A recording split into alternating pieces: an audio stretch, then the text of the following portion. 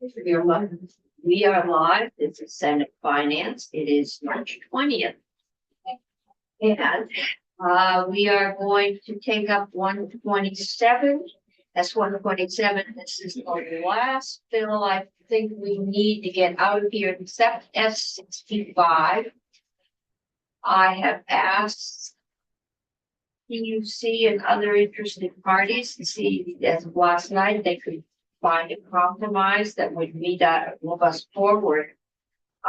I'm putting the PUC on at the end of the day today, and we will see if there is something that we can all live with that will allow us to move things forward. So 127 is an act relating to housing and housing development. We're going to start with Kirby because he's got a small section of this bill. And this one, okay. Charlotte, Ron has it. Charlotte, did you see that needs to loud? Okay, thanks. Okay. Okay, so I'm just waiting for the Zoom link. Okay. Kirby Key Legislative Council. So we have S127, which has been mostly handled by our colleague Cameron Wood, who handles housing, because that's a lot of this bill. There's a couple of tax sections though, one relating to income tax and one relating to property taxes. This is a separate Cameron Wood, not the Cameron Wood from the. That is the same in the new. Same. He's come back. Yes. He started here as an intern, I think. As a law clerk. Yeah, I think he had a couple of years as a law clerk. yeah. Then he was at labor for a while. My first stint through economic development, he was there. Okay, So you'll probably see Cameron soon. okay. But for today, John and I are going to talk about the tax things I mentioned, and then John will talk about TIFs. Okay. We should probably just get a quick walk through the whole bill. Just so we know what they're doing. Yeah, I think Cameron might be Heavy. for that Okay. when he's available. You think we could see if Cameron could come down right now? Sometime this afternoon. Yes, he can. Okay.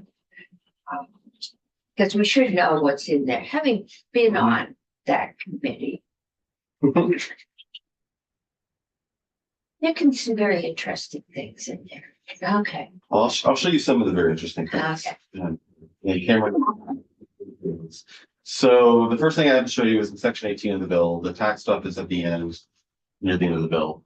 The first item we have in section 18 is an exemption deduction that you've seen before. In Vermont, we allow on income taxes for a person to deduct medical expenses that were itemized and taken at the federal level, but only those expenses that exceed the standard deduction and the personal exemption. We also limit it based on not allowing the deduction for what's struck out here, which is the recurring monthly payments made to continuing care facilities under certain circumstances. This is the way, Robin. There's a particular facility to which this applies. All right. And so How it did would we find remove, to do that? it would remove that limitation in the medical expenses deduction. So It would remove it for everyone? Or just a certain facility? for the people who are currently limited and they're not able to deduct their expenses in this facility. Okay, but if I'm paying, would this just in? It's the same. Okay, It's the take same the whole proposal. thing out of the bill. It takes that limitation off, yeah. Okay, That we- so you yeah. can deduct all your medical expenses from your Vermont Mhm. income tax. If you itemize them federal level and only those expenses that exceed the standard deduction in the personal exemptions. So whatever's left that you itemize at the federal level, so the only difference is that these expenses that are currently not allowed to be deducted would be with this change Well, for these facilities. we passed this change a couple of years ago, maybe 3 years ago, I remember. We added this restriction in, and I thought as I remember, and correct me if I'm wrong, we added it because it was basic wake robin. Because what the wake robin charge included not only the charge for continuing medical care, but it continued, in effect, it was a long-term residence as opposed to a long-term care facility. Some of that didn't kick in immediately, as I recall. Does that sound right? The problem, when you go to a long-term care facility, you pay a bill. You get a monthly bill, an annual bill, you get a bill. Wake Robin, as I'm remembering it, is the one place that does total care. You could have an independent house all the way to nursing homes. I don't think they do hospice, but they might. But you don't pay for that. My mother was in a similar place in Massachusetts. You pay a monthly rent fee, and that includes everything. You pay that whether or not you ever use the nursing home facility or the residential care facility. It's there. And so it's part of your rent, it's part of your monthly fee. And they couldn't break it out. Or they would, but they couldn't say, and that's been the problem. It's been, and I guess the concern is, are we now allowing them, would this allow that facility to deduct their total monthly fee, which includes their rent? I'm assuming they get, in most of these places, so one meal a day at least, if not more. They get housekeeping services, they get laundry services. If we do that, then we have to let people deduct all their condo fees. I mean, what does this accept? I think the argument that was made before was that, well, the wake robin fee is very much like an insurance policy for long-term care insurance. It would be deductible to an extent under federal law. And I think our conclusion was that we weren't entirely comfortable with that as an argument as to being a real valid equivalency. Okay, so we will wait for Ted. I'm hoping he'll pass an answer. And maybe it is as far as it is deductible under federal law kind of thing, because I don't think the feds let you deduct your condo payments. Okay, but this just strikes. Yeah, like I mentioned, this is the same thing that's been proposed previously. It's not different. Okay. So section 19 brings us to sections 19 and 20 bring us to a new property tax exemption, which would apply to municipal and state education taxes. It's a property freeze for 3 years for two types of construction projects. One is a property that's been rehabilitated or improved using a grant or loan from VHIP. And the other is for any new ADU. So if you built an ADU, this would allow you to freeze the property value for 3 years and not count the ADU's added value for 3 years. Same thing with if you use VHIP funds to do a project, which my understanding is it could be a completely new unit built, new property built, or it could be just, renovations or something like that. But in those two cases, allowing a 3-year property freeze, and which the intent is to encourage new units being developed. Okay, we did something similar last year, the year before, sometime in the last session. This doesn't And I thought we had tied it to affordable housing. I personally have no desire if you are rehabbing something and then you're going to use it as $1,000 a night, Airbnb rental unit and exempt in freezing your property taxes for 3 years. I thought does VHIP have limits on? I'm looking at John, but I mean, maybe Cameron. I should remember this. I can look it up. Okay, well, we're trying to get Cameron down here. Cameron will be here too. He'll be here at 2. Okay, so we will save that. Because this just says if you put up an accessory dwelling unit, the value is frozen. You're not gonna pay property tax on it for 3 years. If you get a grant, I think, from the state for an accessory dwelling unit, you have to keep it affordable for a certain amount of That's right. time. I just want to make sure that the times coincide so that you aren't building it and then renting it out at $1,000 or more a night, and not having property taxes reflect that.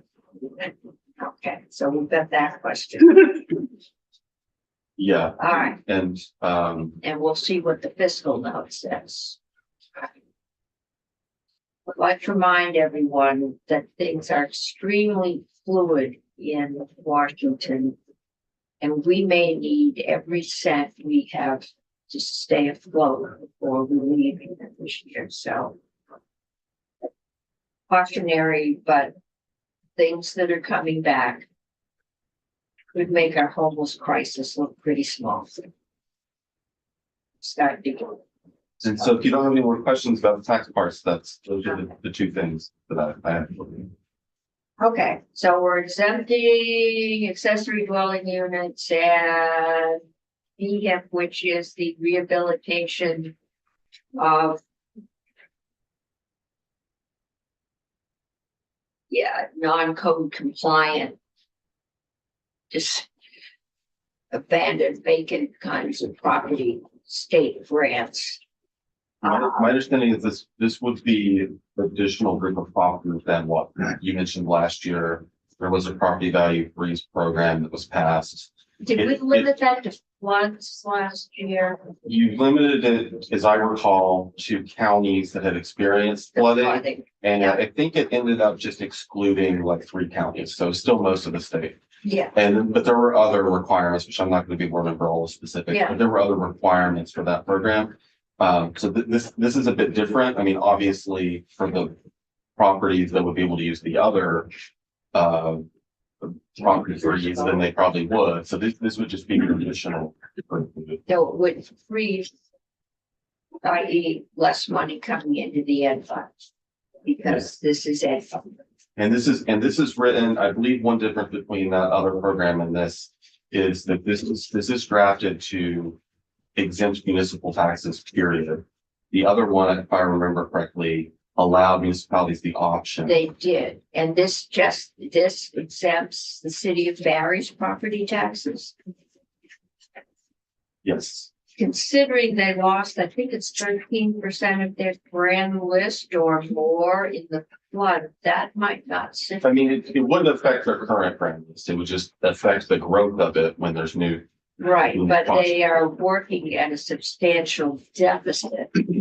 So it will keep them from recouping that deficit. From growing their grand list and getting the revenue that would have gotten. Okay. Okay.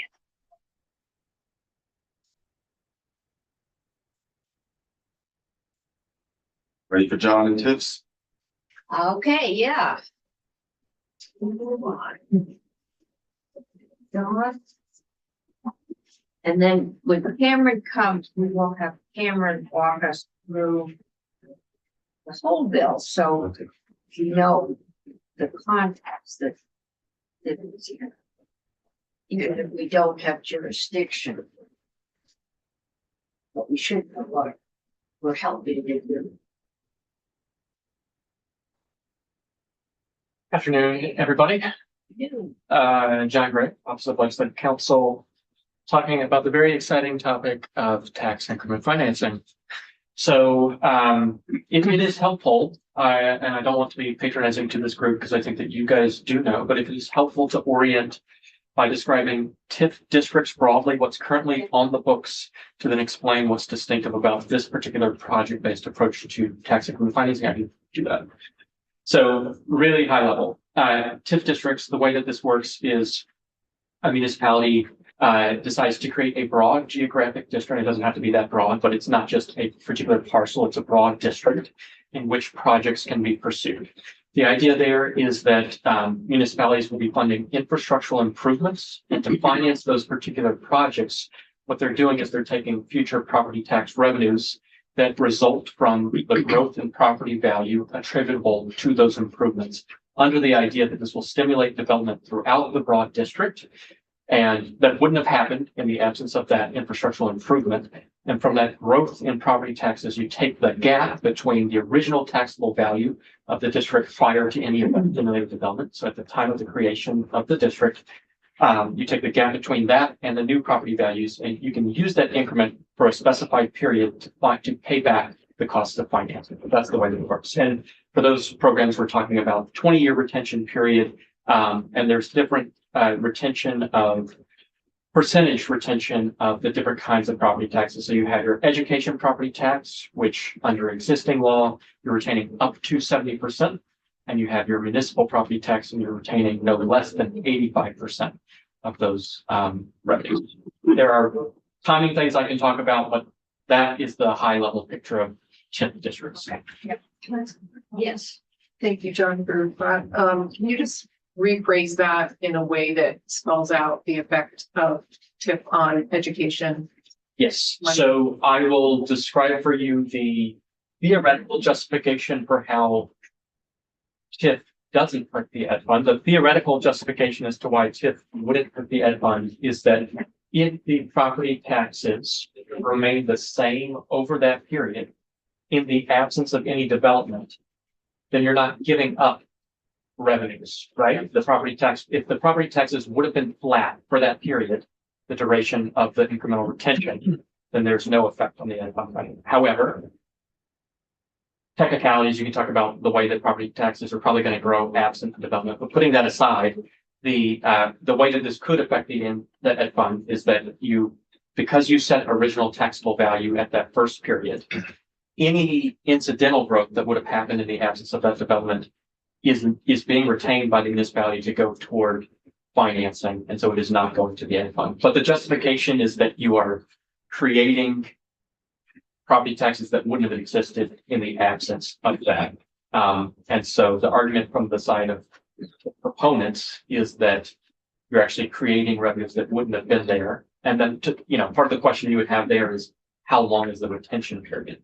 Because if your retention period was 500 years, then very obviously you are taking away revenues that would go to the ed fund. So it becomes a question about what the retention period is, and what's currently in statute is 20 years. The piece that I would say that is maybe a qualifier to that is because the increment is available exclusively to finance improvements, which are those infrastructural improvements that happen within the district, and related costs, unless municipalities are just proliferating projects that wouldn't have happened in the absence of the TIF, which is possible, that could possibly be happening.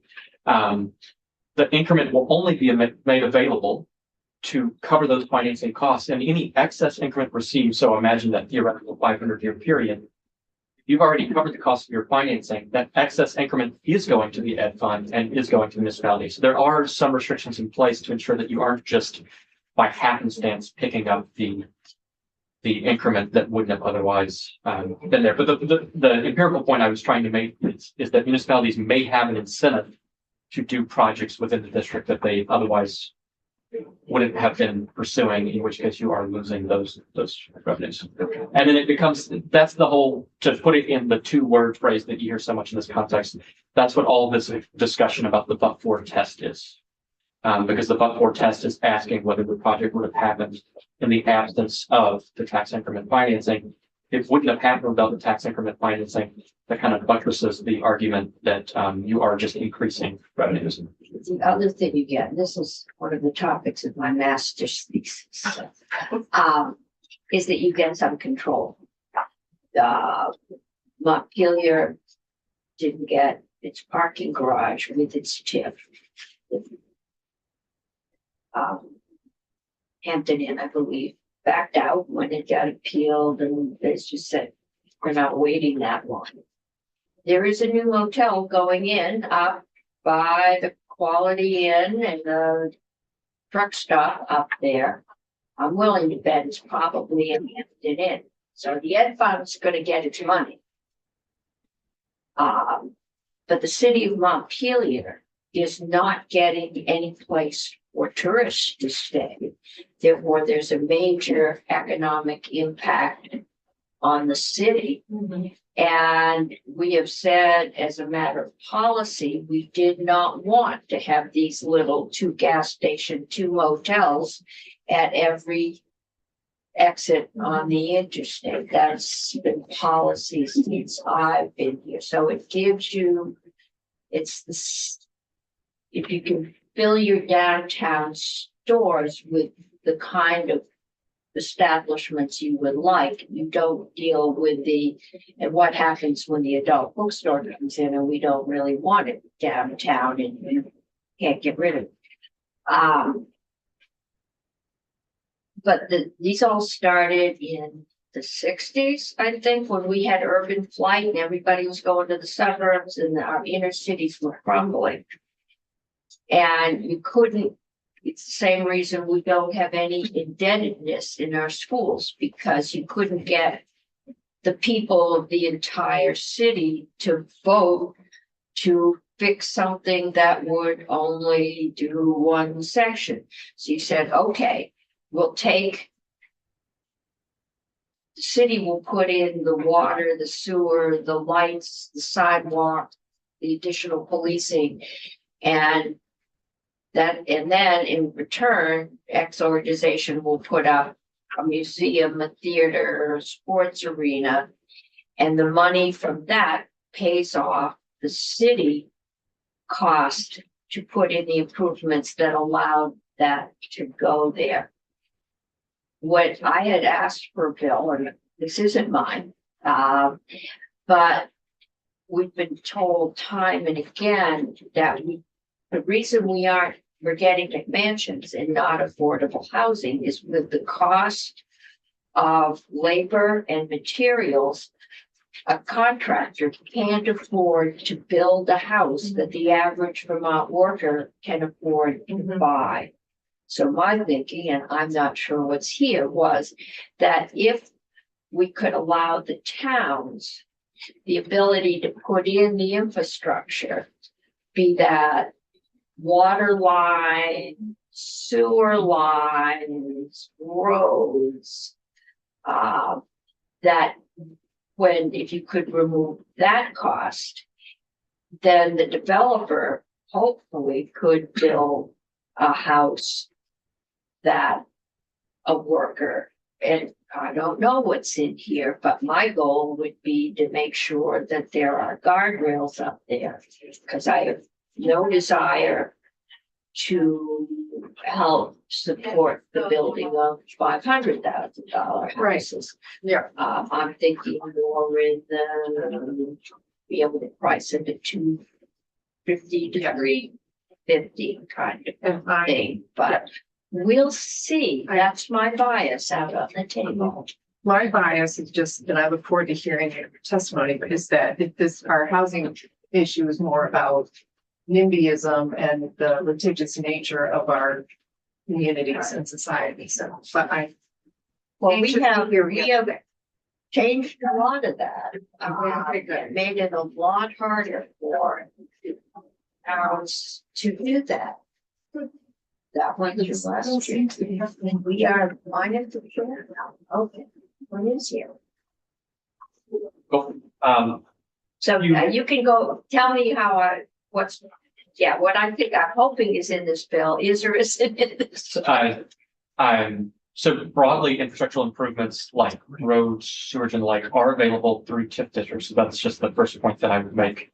A couple of high level things I would hit before jumping to this proposal.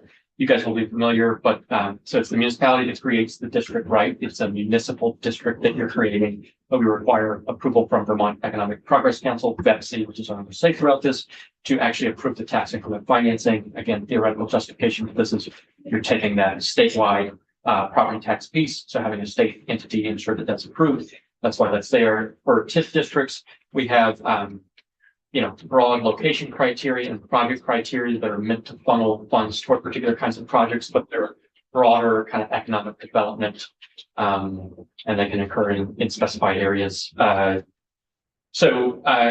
What is distinctive here? This is a project-based approach to tax increment financing, which means that we're not talking about a broad district in which a bunch of projects are imagined to happen. We're talking about a particular project that is hoped to happen. So in this case, in particular, what we're talking about is trying to stimulate development that includes some affordable housing. It doesn't have to be much, it just has to include some. We can come to the actual definitions themselves, but just to talk about what's distinctive about project-based approach to tax increment financing. We're not talking about a broad district. We're talking about creating a really small, or could be quite small, geographic area on which the increment is generated. In this case, what we're talking about is the parcel or parcels in which that housing development, which is just the development that includes housing, some of which will be affordable, will be sited, and then the immediately adjoining parcels. So you can imagine this is a tight area around a specific housing project that is envisioned to happen. It is not kind of anticipatory in the way that you think TIF districts might in the future have kinds of projects occur that are stimulated by the infrastructural improvement. It's about a specific project that you're trying to encourage. But like big TIF districts, what you're financing with the tax increment is just the infrastructural improvement and not the housing development itself. One important thing to note here is that there can be geographic separation between where the infrastructural improvement is made and the housing development site. And this also just to ensure that depending on the kind of infrastructure that you have, you may not want to be building that housing development on the same site as the infrastructure. But the idea is that the infrastructure stimulates the housing development, which is on a specified parcel, and then you're generating an increment from that particular parcel. One of the biggest distinctive things about this proposal is, unlike TIF districts, which contemplates that the municipality in every instance is bonding or taking on debt for projects pursued through the district, you could have financing take multiple avenues under this approach. So we have a concept here called sponsor, which is basically the financier. It's the person who's putting up the dollars for the infrastructural improvement and being paid back with the tax increment.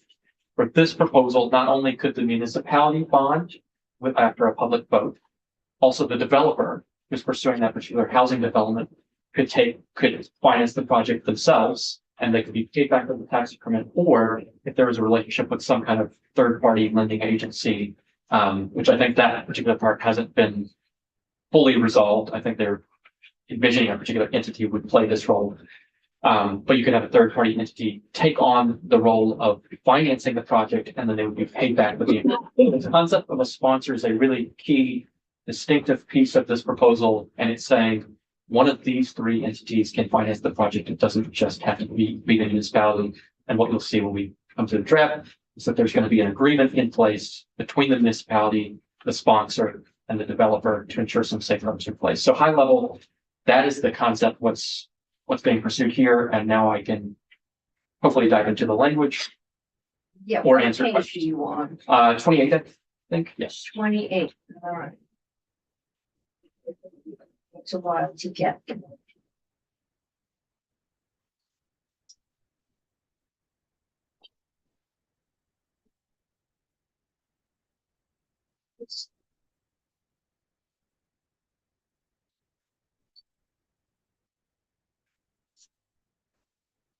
Okay, here we go. So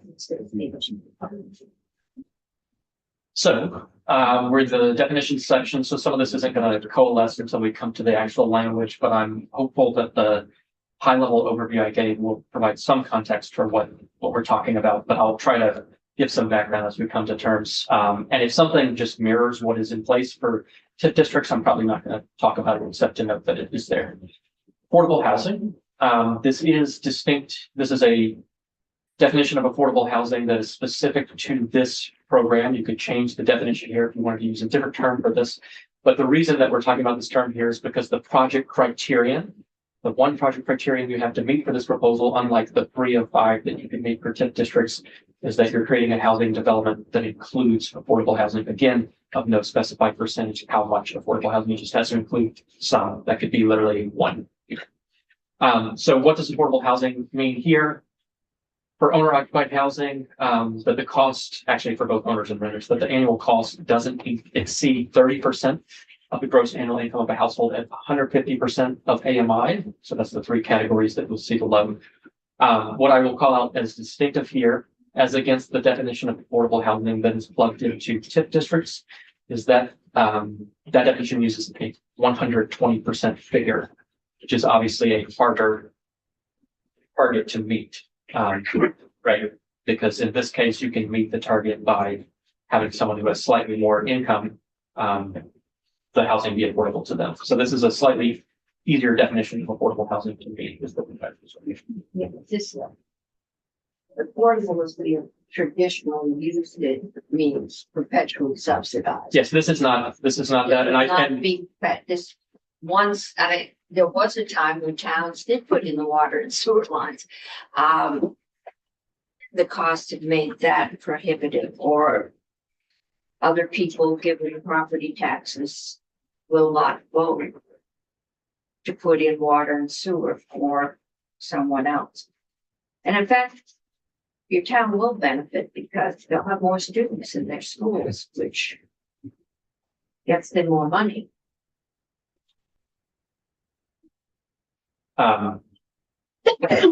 So yes, so if the word affordable in this phrase, I mean, it's meant to achieve some kind of affordability criterion, but it is important to call out. It's different than what you might commonly think of. Change to something like middle. I mean, there's ways to do this, but the concept is no more than 30% of households at 150%. Which is the standard.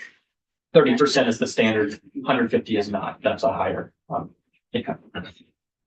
I will jump down. Brown belt is going to be familiar from big TIF districts, so I'm not going to talk about this. Committed, it's the same definition. It's technical. If people do have questions, what does that mean? Like, stop me and ask me. But this is stuff that's in big TIF district. These are just the mechanics that make it fit work. Is this? Okay. And given time constraints, if it is helpful for me just to jump to the body of the provisions and then to call out what the definitions are as we go through, I can do that as well. Because a lot of this is just like talking about definitions without the context. The one that I will hit just quickly, developer intuitive concept, the person constructing that housing development. Housing development, the construction of 1 or more buildings, including affordable housing, again, just including the site, that's the parcel of parcels encompassing that housing development. It's going to include those immediately adjoining. We'll come to that substantively in the main sections.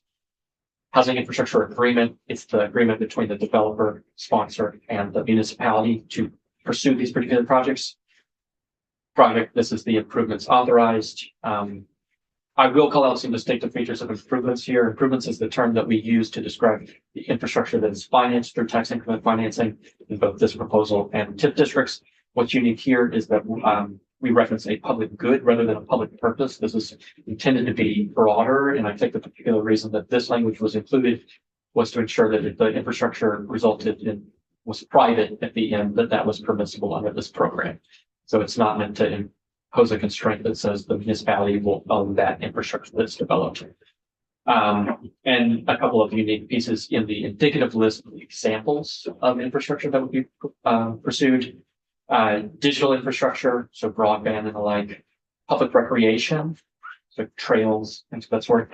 Commercial and industrial facilities, which is maybe the biggest one I have a question as to what does that mean? If this has to be infrastructure.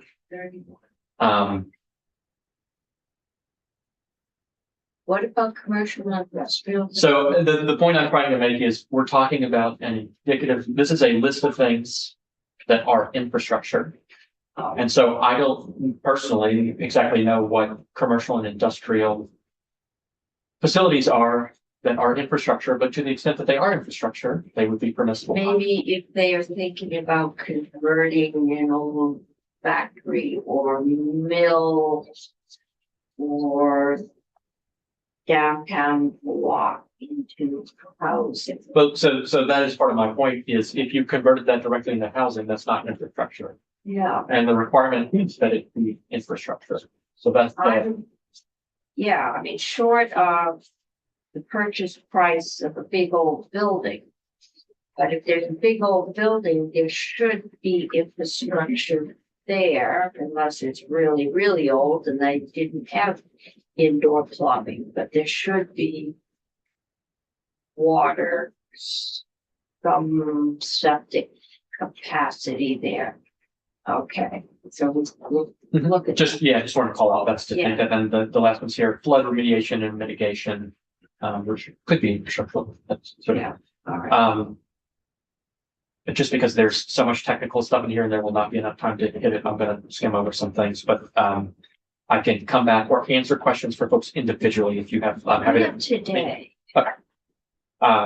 OTV, original taxable value. I think people know what this concept is, but just because it's key to this, you're basically freezing a value at the point of creation of the housing development site. Like what we're talking about there, related costs. These are things outside of the cost of construction and financing. Can include reimbursement of sums previously advanced by the municipality. This is consistent with the approach taken for the TIF districts. Sponsor, this is the key concept that I was talking about earlier, person undertaking to finance the project. And to be clear, what they're financing is the infrastructure. They are not financing the housing development. So the person undertaking to finance a housing infrastructure project, that could be your But it community. could be the same organization or It could be. person that is also. Exactly. So muni developer or independent agency. Briefly, purpose, provide revenues for improvements and related costs to stimulate housing development in Vermont. The reason this section is included is it ties into the definition of improvements to ensure meant to be insured to stimulate housing development. So again, trying to maintain that tie between the financed installed infrastructure and the housing development that is meant to be stimulated. So section 1908, this is how the municipality begins the process for pursuing one of these programs. So they got to create a project and they got to create the site on which the housing development is going to occur. And again, that can be distinct from the site at which the infrastructure occurs. So how does the muni do this? It's much like they would currently create a TIF district. The legislative body, so mayor, city council, the like, they create within their jurisdiction that project, which consists of improvements. So that's the infrastructure that we just talked about. And they also create the housing development site, which is again, the parcel on which, or parcels on which the housing development is installed, and any immediately contiguous parcels. So parcels around it. It is important to note here that while I do not know what the effects of this would be, you could imagine that different increment would be generated based on what the immediately adjoining parcels are, right? So this could create some kind of incentive effect based on the parcels nearby. But I don't know how that would work out. It's just something to think about. So to create the housing infrastructure project, there's a set of steps that the municipality needs to take. And these are slightly tweaked, but drawn largely from the process that's taken for TIF districts, trying to make them specific to the housing development. So the municipality creates a housing development plan, and that includes a description of the infrastructure project and the proposed housing development. Again, those are two separate things. And the proposed housing development site, the site on which that development, the housing development occurs. Identify within that plan a sponsor, so who's financing the development. A tax increment financing plan would become to the standards of that, but that's aligned with what you do for big TIF districts. It allows them to set out over time what increments are anticipated to be generated, ensure that you have financing in place to ensure that this is kind of a viable thing for the municipality to do. Pro forma projection of expected cost, projection of the increment to be generated, development schedule, and develop a plan. This is really a map that describes the housing development site and identifies it so that it can be listed with the lister or assessor for that municipality. Up to this point, we've been talking about what the legislative body does. So this is outside of the scope of the voters. This is that mayor, city council, but we do have pieces here to ensure that the community, the voters are made Well, aware. Mayor and city council, how about a 3-person select board? So I can jump back up to the definition of. Okay, I mean, I'm assuming because this committee has not passed project-based TIFs. Mostly because of the concern that many of our small towns have select boards which may or may not have any financial development experience or education.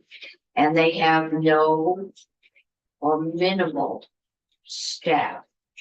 And the concern is this can get them in well over their heads. So to this point, Senator Chittenden raised this exact point in economic development, and that's why you have this particular phrase here. So creating this project and housing development site, developing the plans, the meeting with work in coordination with stakeholders. The other point that I recall making before we added this language was that because in this case, you're tying the municipality to the developers, and the developers presumably have a vested stake in this happening, they would be interested in facilitating this process. So to the extent that it's economically advantageous for the developers to help develop that plan, they can do that. So I would just note that that is something maybe distinctive about project-based TIF, even if you didn't have this language as against a big TIF district. The other thing I would just caution high level, because we started to get into the conversation of the legislative body and the public itself. This creation of the geographic area for which you set the OTV is done in the same manner that it's done for big TIF. The really big distinction between the instance in which public vote is required in project-based TIF as to when it is required in TIF districts is that because TIF districts contemplate that only the municipality will bond, that's to what financing will go. A public vote will always be required to issue that debt. So in any instance of taking on debt to finance that project, a public vote would be required because this approach permits a sponsor, so someone beyond the municipality itself, but it could be the developer. For the developer to take on the financing, the public doesn't have to vote. They just have to be made aware of this particular, that the plan is happening and that the tax increment financing is going to be made available, meaning it's taking those incremental revenues in the future. Okay, so a developer could say, I'm coming in and the developer would not pay taxes on. Okay, that's where it gets tricky. So If the town takes out a bond to put in water and sewer, people pay taxes to the town. Town gets the money. If you're saying the developer is going to take out a loan and put in water and sewer, and they're going to pay that off, how? Because they're going to sell, in general, the houses. So why buy a house from the guy that built my development? I don't know him the taxes. I'm a little leery about giving private developers direct access to tax money without going through a municipal. to be clear, the taxes go up in the same way that taxes currently work, and they're siphoned off into a They federal go, tax right, account. but they go to the town and the town is paying the town's debt. Yes, the town uses the increment to pay the financing that Right. they took on to pursue the infrastructural Right. improvements. What's the difference here is that, again, the taxes go up to the muni. It's siphoned into an account, just like as happens for if the municipality itself had bonded. And then instead of paying out on the loan that the town took out, they pay out to the developer To who the took on the developer, financing. okay, but So it that, goes through. Yes, the it has town. to, it is tax increment retained. That is, it goes up to an account and But this doesn't require a bond, that's right. The town or does not doesn't have a bond. require a vote. If the developer finances the project, it does not require a vote because it's just the developer financing the project. And then just in the same way that the voters within a town would have to pay taxes. In the What absence of the happens program. if the developer defaults on the loan? So the extent of the protections that we have, and I do think this is a big question, there's the housing infrastructure agreement, which is the piece of this proposal that's meant to apply safeguards to that relationship because it's going to be a contractual relationship among the developer and the sponsor and the municipality itself. We have just concepts, I would say, at this point, because as you know, this is just a few weeks of Right. this thing, and the current We're language. getting one day. Yes, I trust that the House will have more time. I shouldn't say these things on the record, but, we have a line to say that the agreement will itself contain assurances related to, and I can, when we come to it, I'll show you, but this would be the agreement would be a natural place to look to think about how do we ensure that everyone's holding up their end of the bargain. But developers have been known to disappear. I mean, sometimes it's a one-person developer, sometimes it's a company. Sometimes they go bankrupt. I'm told all our small developers went away to do something else. And I've got some towns that are holding some responsibility in our new runoff rules because the original developers are gone. And I just, So I think this is a good question to ask. I may have a better answer than I just gave you because I talked about the performance assurances that would be contained. okay, I just want to make sure that I guess my concern is there's going to be a risk to the town. If they're dealing in a private developer who's got a loan and we're paying off the loan with tax dollars and the developer defaults, then Right. the water and sewer lines are in there and either somebody's going to take them out or the town's on the hook. My concern is we're exempting that from a vote. Because there is risk to the town if there is a default, I think. Could I say one thing? Yeah, So I was in part of the conversations in the morning committee and I welcome Senator Brock to also chime in, but I will say one of the advantages of this is my understanding is we sound bad enough. Speaker. No, I don't. It's obviously happened before. Well, to that point is, we had great testimony, which I think will allay some of your concerns, normalizing this with what other states have done. But what's important to note is that the municipality, in my understanding, as long as the agreement is structured properly, will not be on the hook for that infrastructure. In fact, the developer can be. So that's where they would pursue it. But that's where I welcome the testimony from the VLCT as well as from, I believe, Let's Build Homes Group, which actually is an advantage to municipalities not burdening their bonding capacity or their risk. Okay. That helps. That's right. I would say that we Sounds may, good to be true, but we may need to enhance the agreement. Like I said, this is a piece that needs to be further developed. But that has definitely been the concept from day one. And just to be clear, one of the other pieces of the agreement is that you would obligate no more than the increment retained to pay back that financing. So that is included as a feature of the agreement to say that no additional dollars beyond the increment generated are going to be going to pay that financing, which I think addresses part of that concern. that's the tip. It's saying- You're not, Yeah. if the rest of the town. It's saying no other dollars are available for these purposes, but I would Well, probably need to know more about. yeah, because when you do a TIF, and that's always been the concern. That General obligation. that if the TIF doesn't generate enough income, if the Hampton Inn doesn't show up and pay the anticipated taxes, that the town is still on the hook for the bond. And something to add to that concern, just to call out, because you're talking about a narrower geographic site, the increment generated could itself be small. Yes, these. So I'll keep running through this. Okay. I'm happy to I mean, go as long as you guys want, I guess, but I do want to make so sure. we're here all night. So we're still talking about what the Muni needs to do to actually create this. They developed this housing development plan, identified the sponsor, described the infrastructure, the housing, and the site. They created a tax increment financing plan, projection of expected costs, projection of increment to be generated, development schedule, and then they created that map. This was the lines that I think triggered the discussion we just had. They have to hold one or more public hearings after public notice on the proposed project, including the plans developed pursuant to this section. So that includes descriptions of the housing development, the housing development plan, and the like.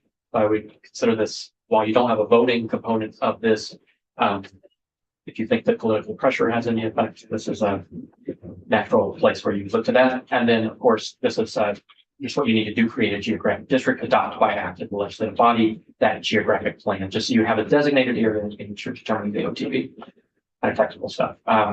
This is a meaningful line.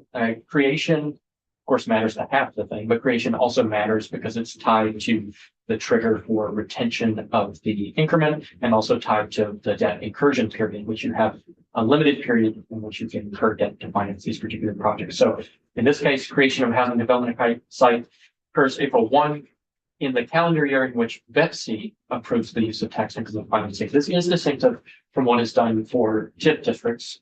Creation of the district in those cases occurs upon approval for the April 1 of the year in which the municipality approves the creation of that district.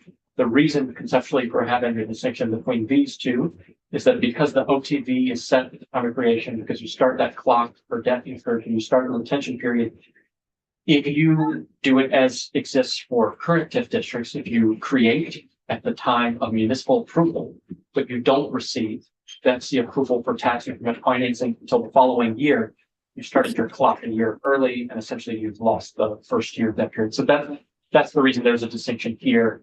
But there's also kind of like an intuitive thing about having a tie between when the municipality itself votes the geographic district that it creates and the year in which that occurs. Technical things to think about, but just want to flag that's why we're talking about calendar year in which BEPC approves tax increment. And I can remind you when we get to the point that talk about the clock starting, which you won't see the word clock, but that's what we're talking about. Housing infrastructure agreement.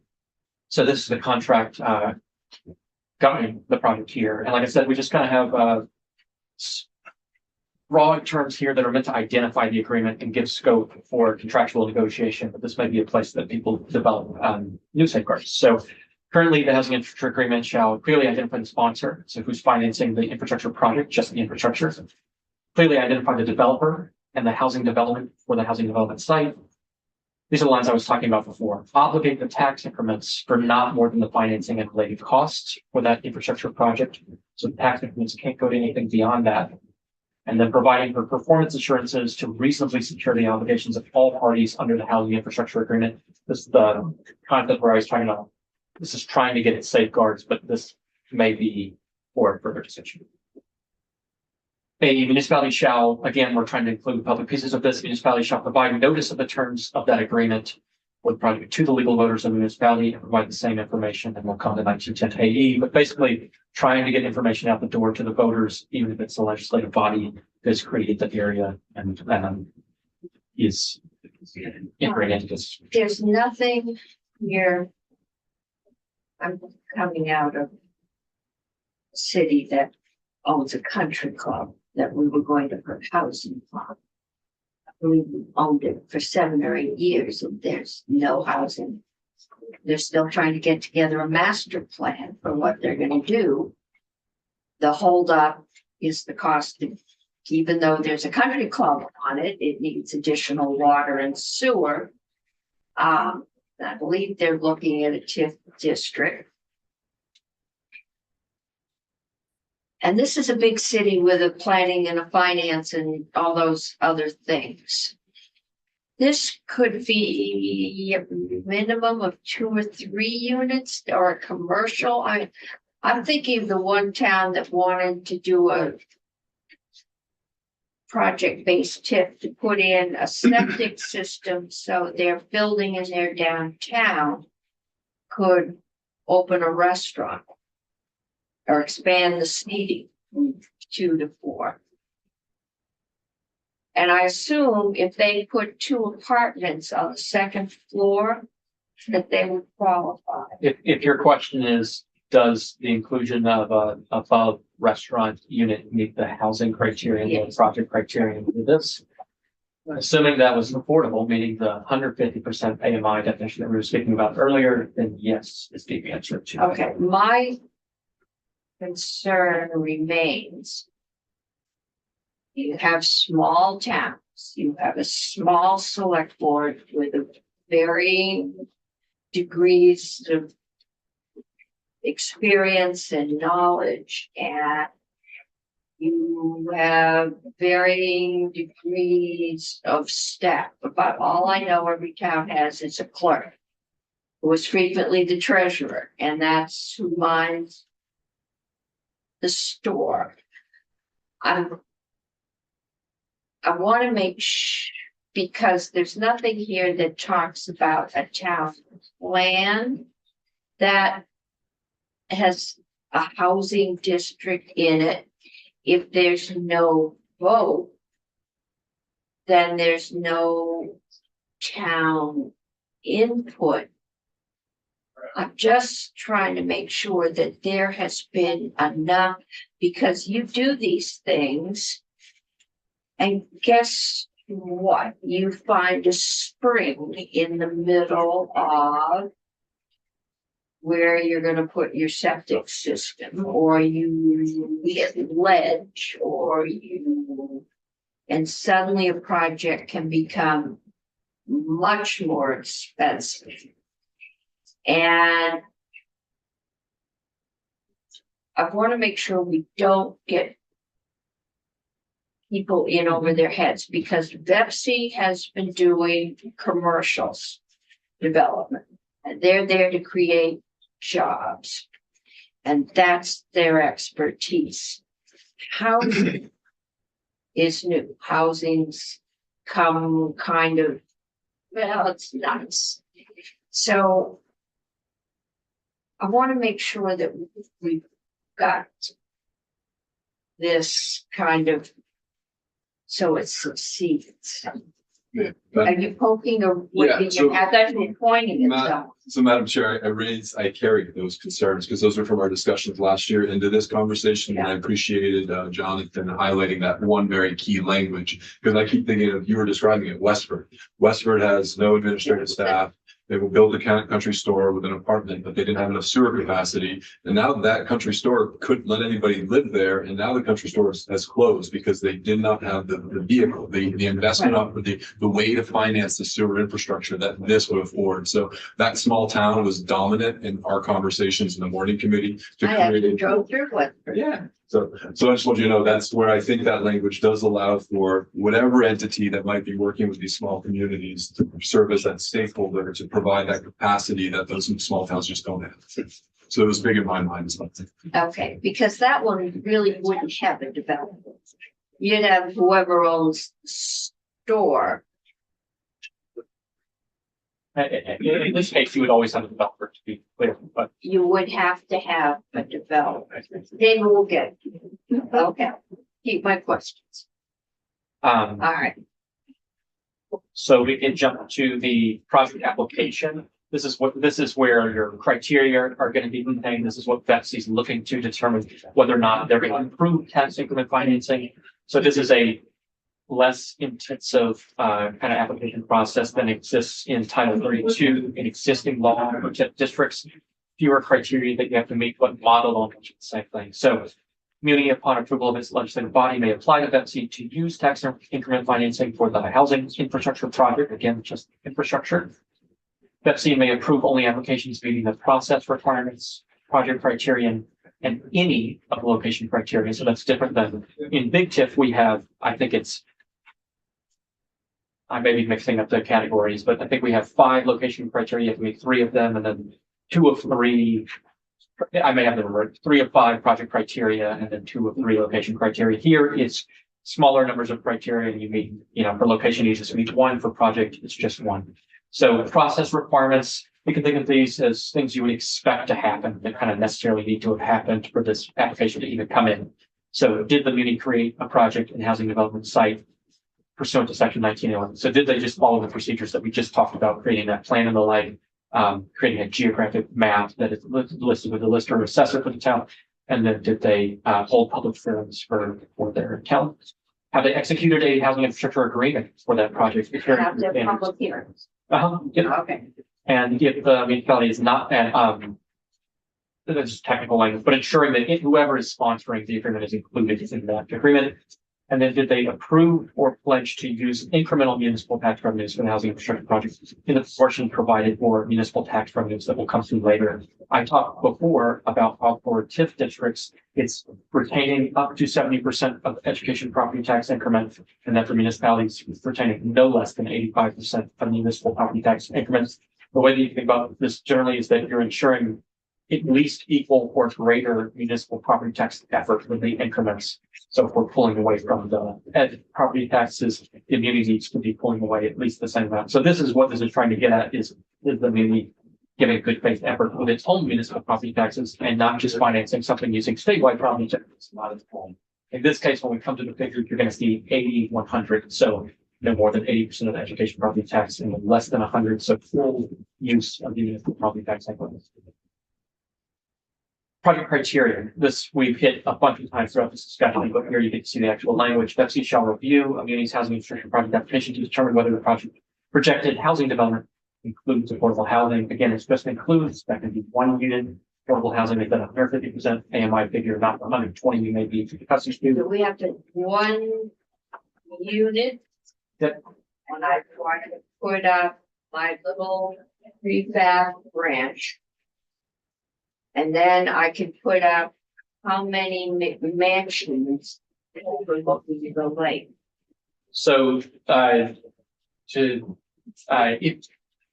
all you need to get the kick in is to include affordable housing, that's all you have to do to get your. Not any portion, I could put up 1 affordable unit That means this, out of 100 yes, luxury units. that And means, all of that property tax revenue would be excluded for 20 years. so I think it's good to be careful on. Increment is retained for particular purposes, right? So in that case, what happens is you retain the full property, so you'd be kicked in, you've met the affordable housing inclusion criterion, you're retaining the increment for that site. Assuming that those occur on the site, because one thing that's easy to get confused here is we're not talking about a broad TIF district, right? We're talking about, could be a quite narrow site, but assuming, stipulating to the hypothetical that you gave, that those 100 units were on the housing development site, you would get that increment, and then it would be retained exclusively for the financing and related costs for the infrastructure.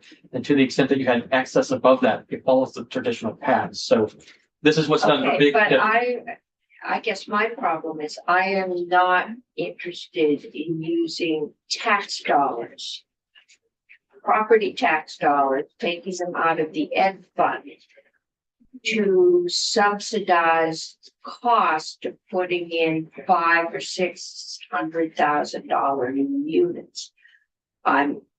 If I'm going to use property tax dollars, I want to make sure that they're going to bring down the cost of a unit so that it is affordable to your average working person, however you define that.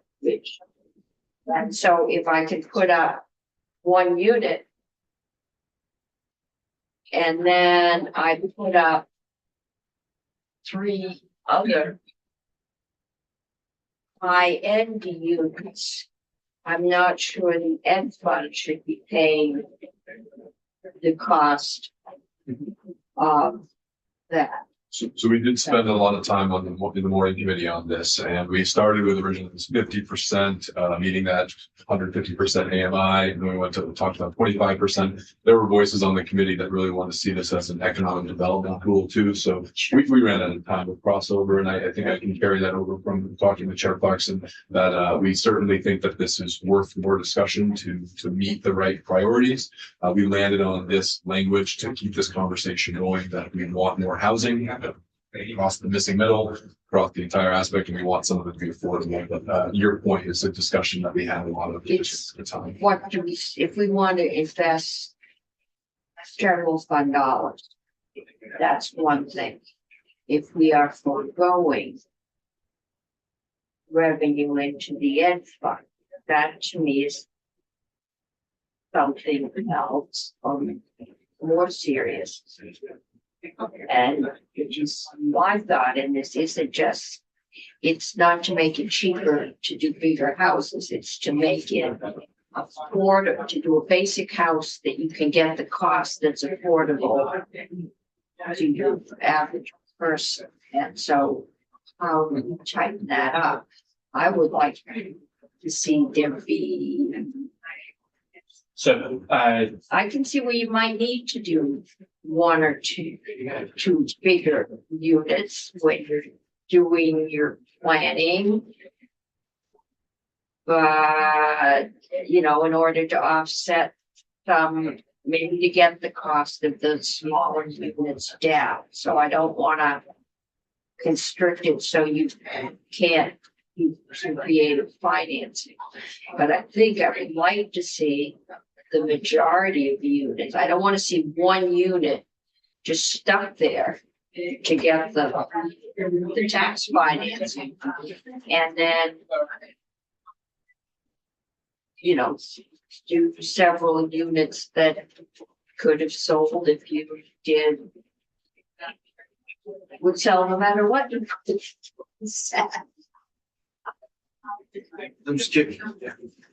I'm curious to hear the rest of your thought on the TIF and how that works once that infrastructure is paid off. I think you were going down that line. right, if you covered all of the financing and the related costs, then there are technical provisions that deal with the excess increment. And they flow down the traditional pathway, so they would go for the statewide portion to the ed fund. And for the municipal portion, they would flow to the municipal budgets and bodies and the like. That's just what's done as well for TIF districts, so it works the same in both cases. The empirical point I was trying to articulate earlier, but may have done a poor job of saying when I was talking about TIF districts, is that if you think of that as, okay, someone goes out, they create a project, they finish it, the increment's been used for financing, and now we know that everything else is going to flow up to the through the traditional routes that it does. For TIF districts, I think that some of what has been seen is that folks want to avail themselves of the advantages of the increment, so they continue to do things with, they continue to incur financing, and therefore you're never using those excess routes because you're using up all the financing that you can use, basically. But I don't know in this case what would happen, but to your point, if you did exhaust the financing and related costs, it would flow down the traditional. And you said other states have done this? I don't know, I mean, I think others can speak better. Okay, all right, we have witnesses here. Okay, keep going. I have further questions up on the table. Let me just, given the concern that you were raising, let me throw out one thing to add to your concern. But just to draw a distinction, to go back to the public good, public purpose point we were talking about earlier. For TIF districts, let's say you're encountering the scenario that you just described where you articulated it as you don't want to subsidize, you just get the one affordable housing unit to get in the door. You don't want to subsidize this whole thing. For TIF districts where there's a public purpose constraint, we're saying that the infrastructure is for a public purpose. And so you might think, well, even if you did subsidize those additional luxury units, there's still the infrastructure that's available publicly, and that's a good that's been provided by the program here. While it is possible that that's what's going to be happening, the infrastructure needed to be used exclusively for these projects, right? It's infrastructure that's going in.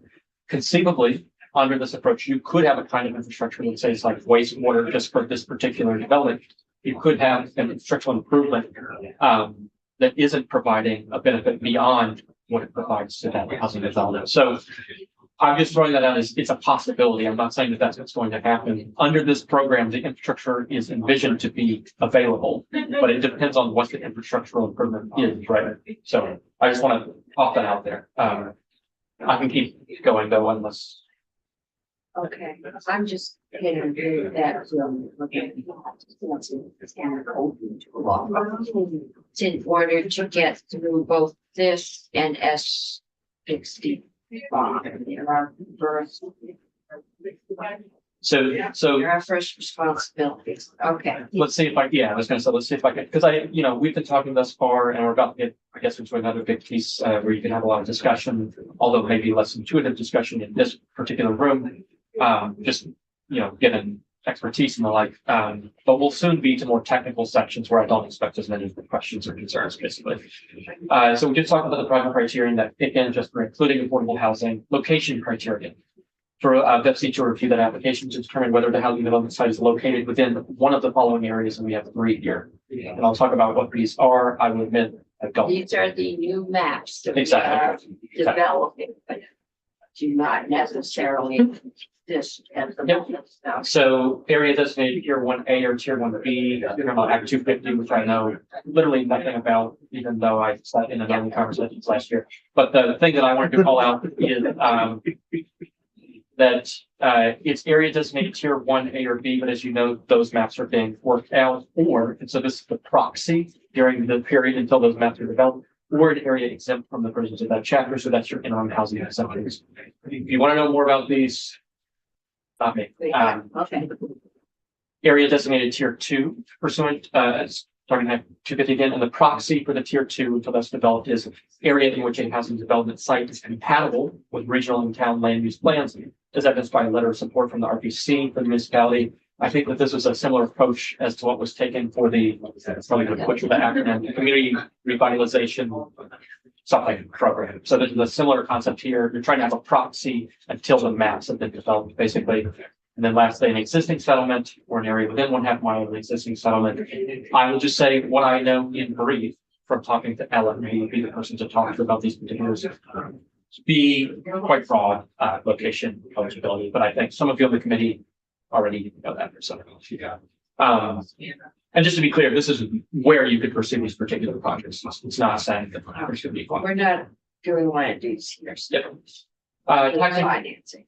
this is the provision I was talking about earlier. One of the things that has to be developed as part of the plan and tax increment financing plan. This aligns with exactly the details required. There may be some definitional changes, but for TIF districts. So prior to the muni, VEPC shall approve a muni's tax increment financing plan prior to a sponsor's incurrence of debt for the infrastructure project, including the sponsored municipality prior to a public vote to pledge the credit of the muni. So this would be available for the public voters if they're voting on bonding works.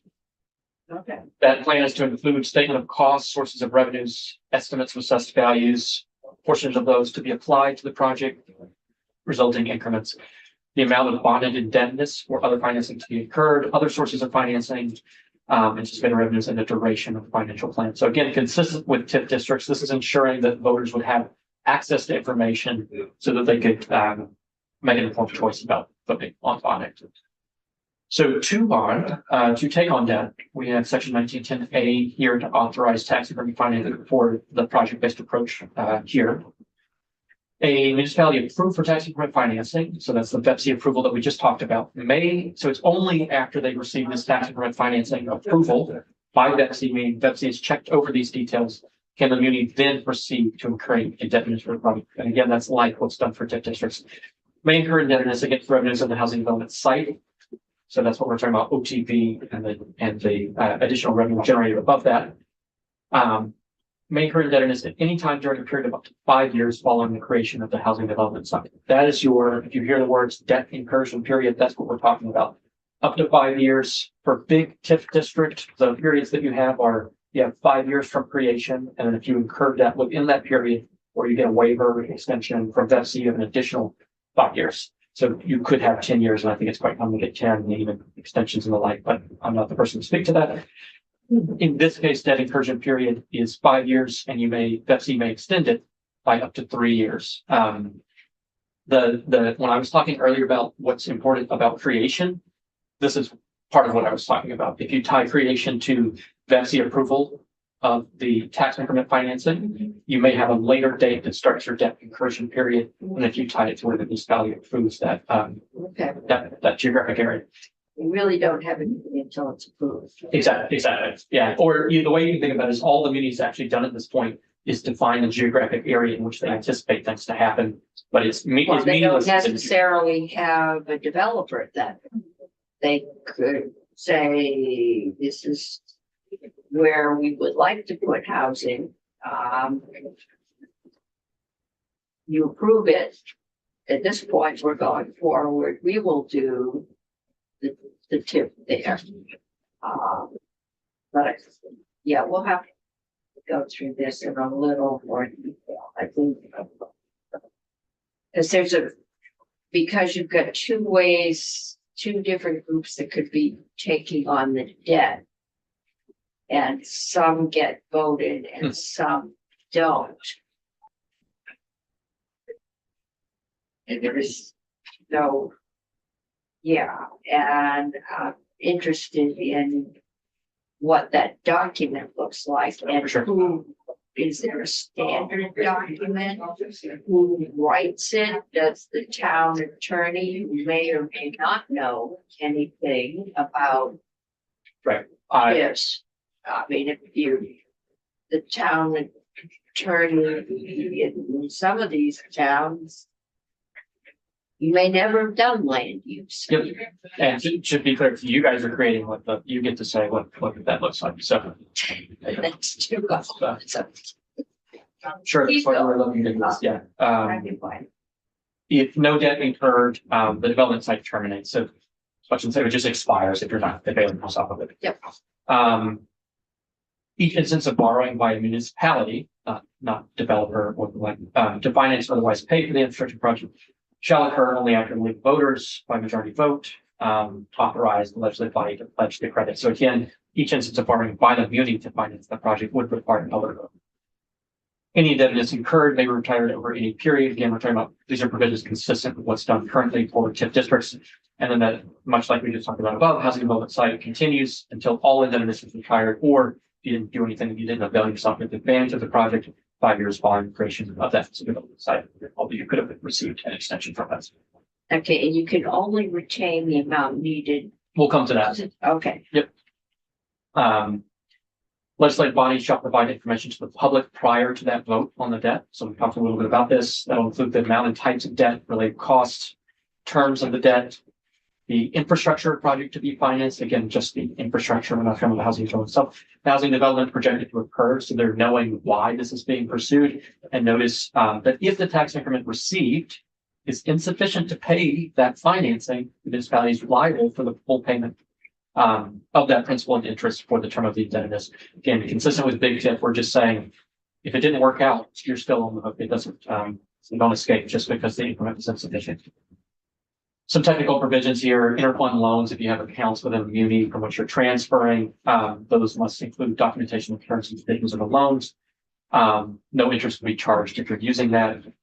And there's another technical provision. I can explain to you why this relates to the clock. Basically, the use of a bond anticipation note, which just to call out, that's you take out a short-term note because you're anticipating that you're going to issue a bigger issuance, and so it's kind of like getting you to the point of that. but that has been an issue with one of the bigger TIFs. I'm aware. We Yeah. need to make that clear. So, consistent with Big TIF, use of that bond anticipation note shall not be considered a first incurrence of debt. So what effectively this means is to meet that 5-year debt incursion period, if you issued a bond anticipation note, but you didn't get the anticipated debt within that 5-year incursion period, you'd be out of luck, right? You have to get the anticipated debt within that 5-year incursion period. The other piece to note here is, at the end of the clock, right? If you have a period within, you have that 8 years, and you get the extension here.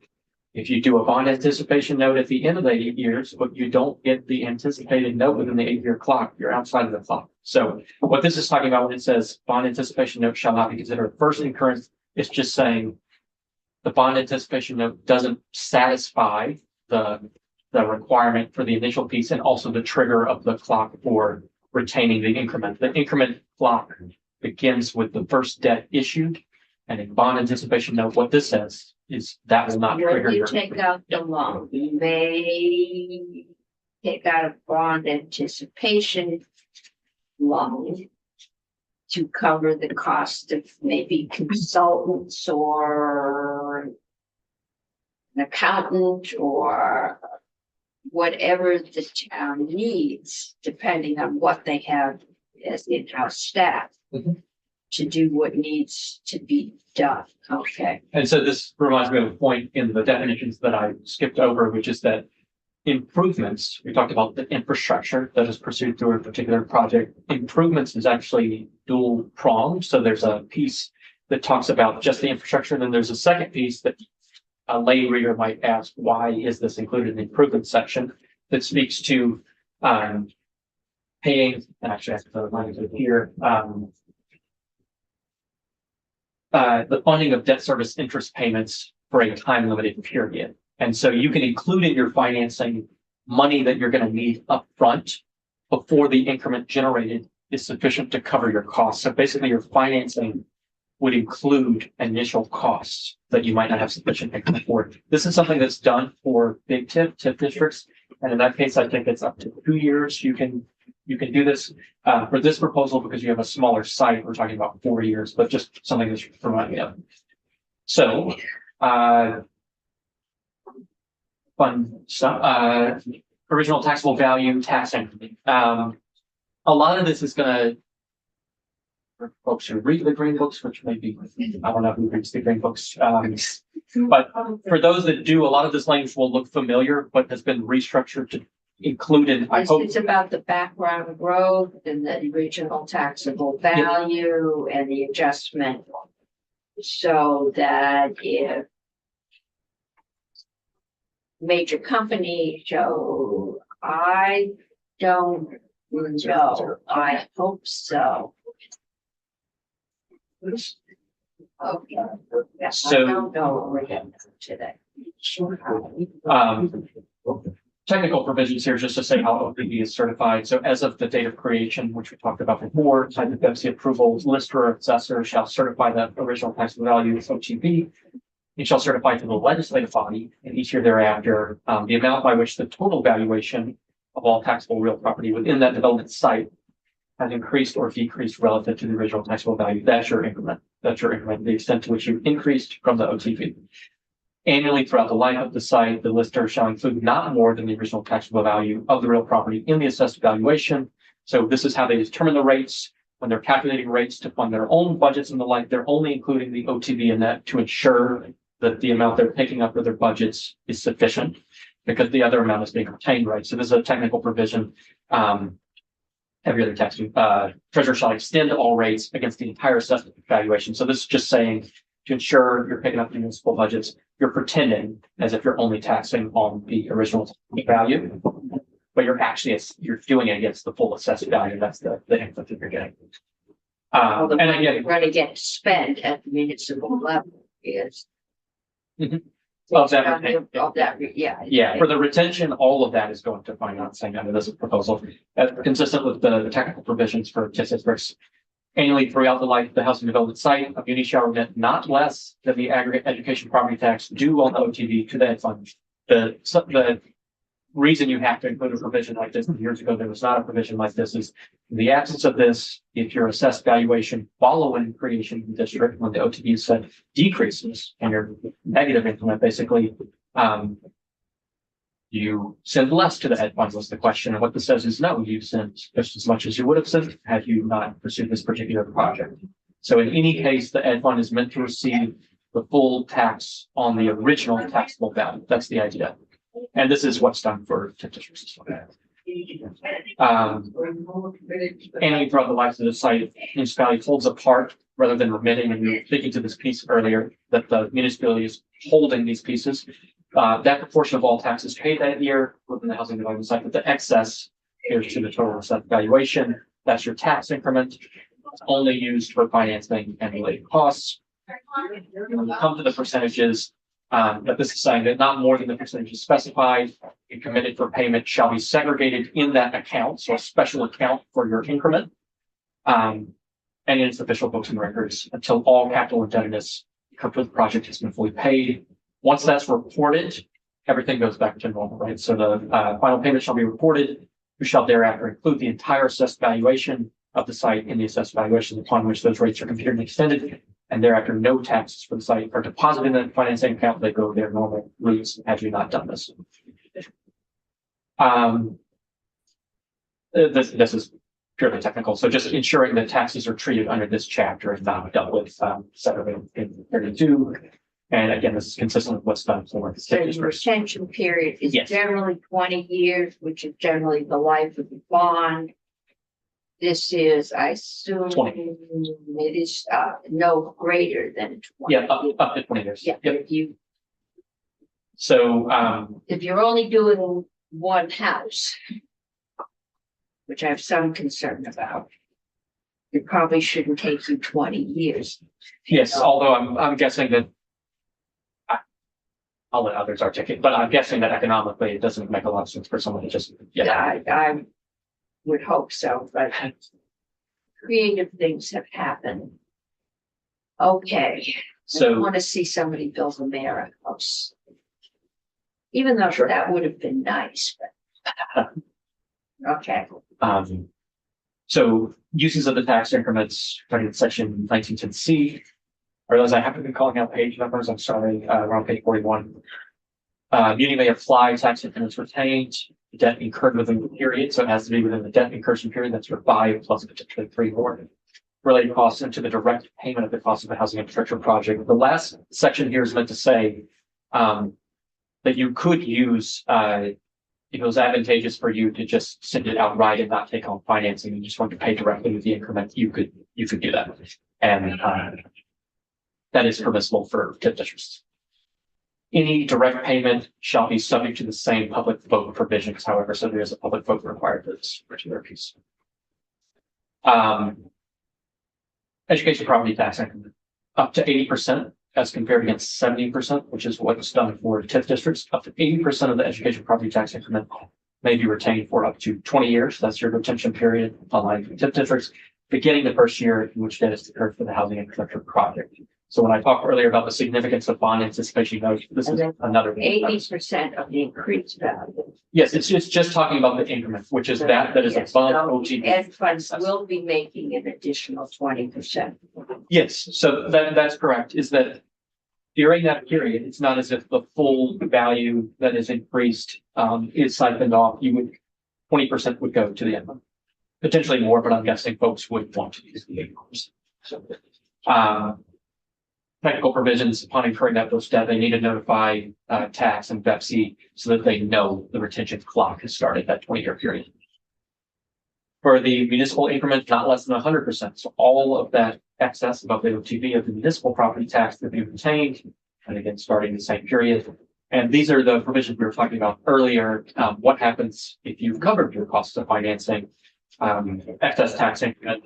Those received in any year that exceed the amounts committed for payment and related costs, equal portions of each increment may be retained for the following purposes. You can prepay, you can place in a special increment account and use for future financing payments or to use for fees. And so just on the books saying that sometimes you can be penalized, right, for having earlier payments. So the fees will allow you essentially on the books to say that you have these figures, but avoid incurring a penalty. And these are provisions consistent with TIF district. This is the way that it's any remaining portion of that excess would be distributed to the education fund. And the remaining portions of the municipal would be distributed to the relevant municipality in the proportion that each budget bears to define the total of budgets. So that is what is happening with your excess. It is important to point out this sub one, that if you still haven't fully paid off your increment, but within a particular year, you pay what you said you would pay in that year. If it fully paid off, but within the year, you would pay what you agreed to pay. You could take beyond that, what was agreed in that year to prepay. But once you've paid off the full loan, right, you're outside of the scope of this. Money's going traditional routes that it goes. Last couple sections here, information reporting.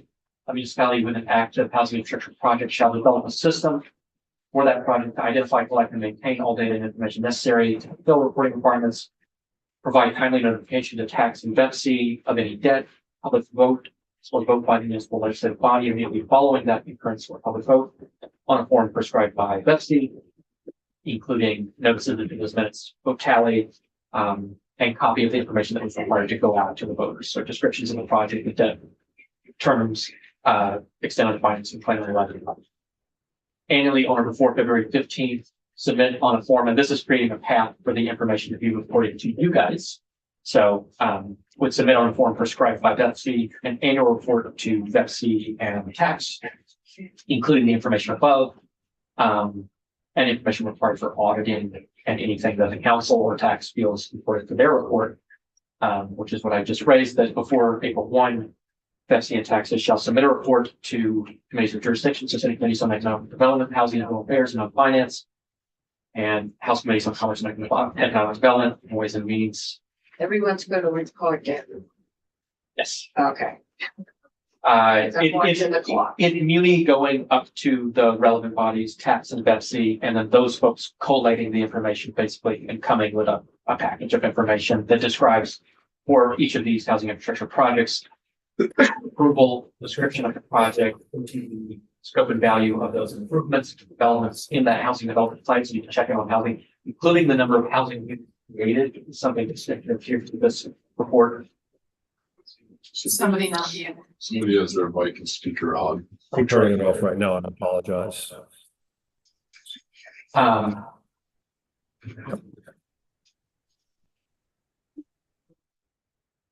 Projected in actual incremental revenue amounts, allocation of that incremental revenue, and projected in actual financing. So the legislature received April 1, those full reported terms from VEPC and tax. Yeah, we get a report at the emergency board on the impact of TIF districts on the. So information's coming. Yes. Lastly, your auditing provisions. These are quite similar to what's done for TIF districts, but the big difference I would note specific to the auditing provisions, there may be other concerns with the statute, is that for big TIF districts, we require a performance audit at the very end of the proposal. That is not included here. What's included here is annual auditing until the year following the end of the period of the retention of the increment. Ensure that special tax increment financing account is subject to an annual audit under traditional municipal processes. That's your section 1681 and 1690. Submit a copy to VEPC. If you don't have both of those, VEPC is to ensure that a process is in place to subject the account to an independent audit. So someone beyond just the town itself. And specifically consistent with TIF district procedures for the audit must include verification of that OTB annual and total municipal and education property tax increments generated, expenditures for financing related costs and current balance. And then I think this is our last section, guidance. VEPC has rulemaking authority. We will come up in the last subsection, but VEPC has rulemaking authority.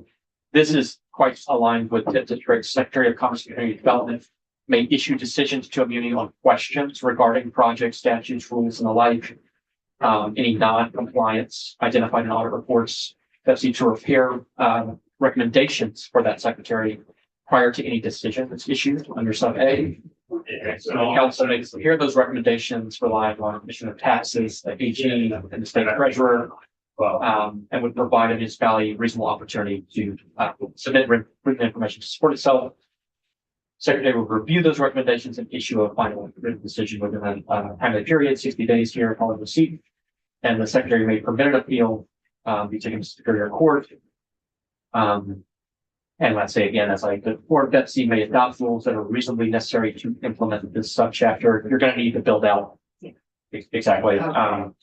Section 17, just this is flow through changes to say VEPC has the authorities. Yep. So that is That's, community and housing infrastructure program, which I don't think I said at the beginning, but that's yes.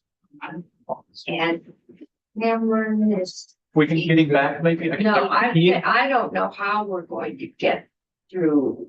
The rest of the bill is half this long. I'm not sure how we're even getting through the bill one day. I will say that I think Cameron's pieces are quite housing specific. Like this is much more you guys is Okay. So I have the auditor online. Ted, what's your schedule like? Can you give the auditor a few minutes, or is it better if you go now? But we're way behind. Yes, I certainly could give the auditor a few minutes. I have to be in Hack at 3:30, 3:45, but maybe Okay. just pop in. But yes, I think Okay, I'm pretty flexible. I'm around kind of like the 3:45 Okay. time. Yep, this one. so we will go to the auditor. And thank you. Oh, thank you, we- Madam Chair. Us, we are running behind, but No, no. it's a long bill, I think, than we anticipated, so. Thank you. A number of the issues that were of interest and are of interest to our office have been discussed, so I will give you the lightning round. Since this is a radically different approach than existing TIF, which is about public infrastructure to encourage development, this is a direct transfer from taxpayers to the developer. It's very different.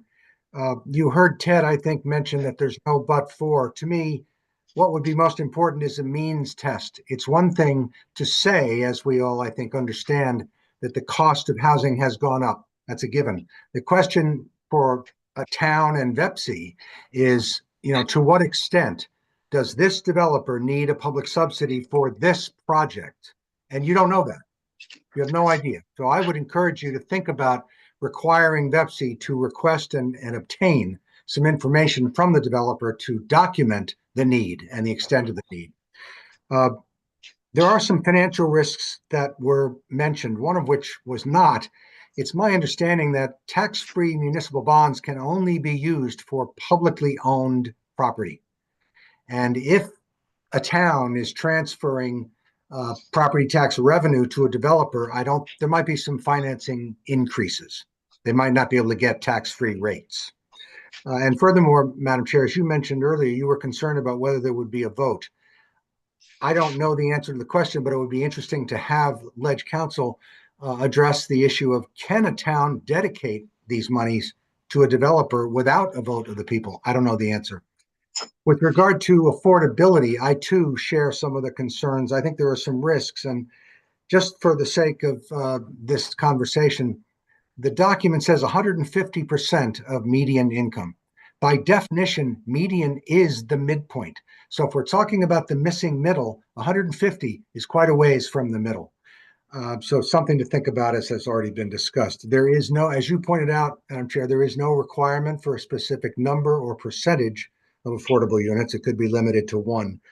And I was also concerned that there's no requirement to preserve the affordability of any or all of the units. And as all you know, as well as I do, if you don't do something in that regard, then as soon as the first buyer sells, the affordability is gone because they want to take their equity with them.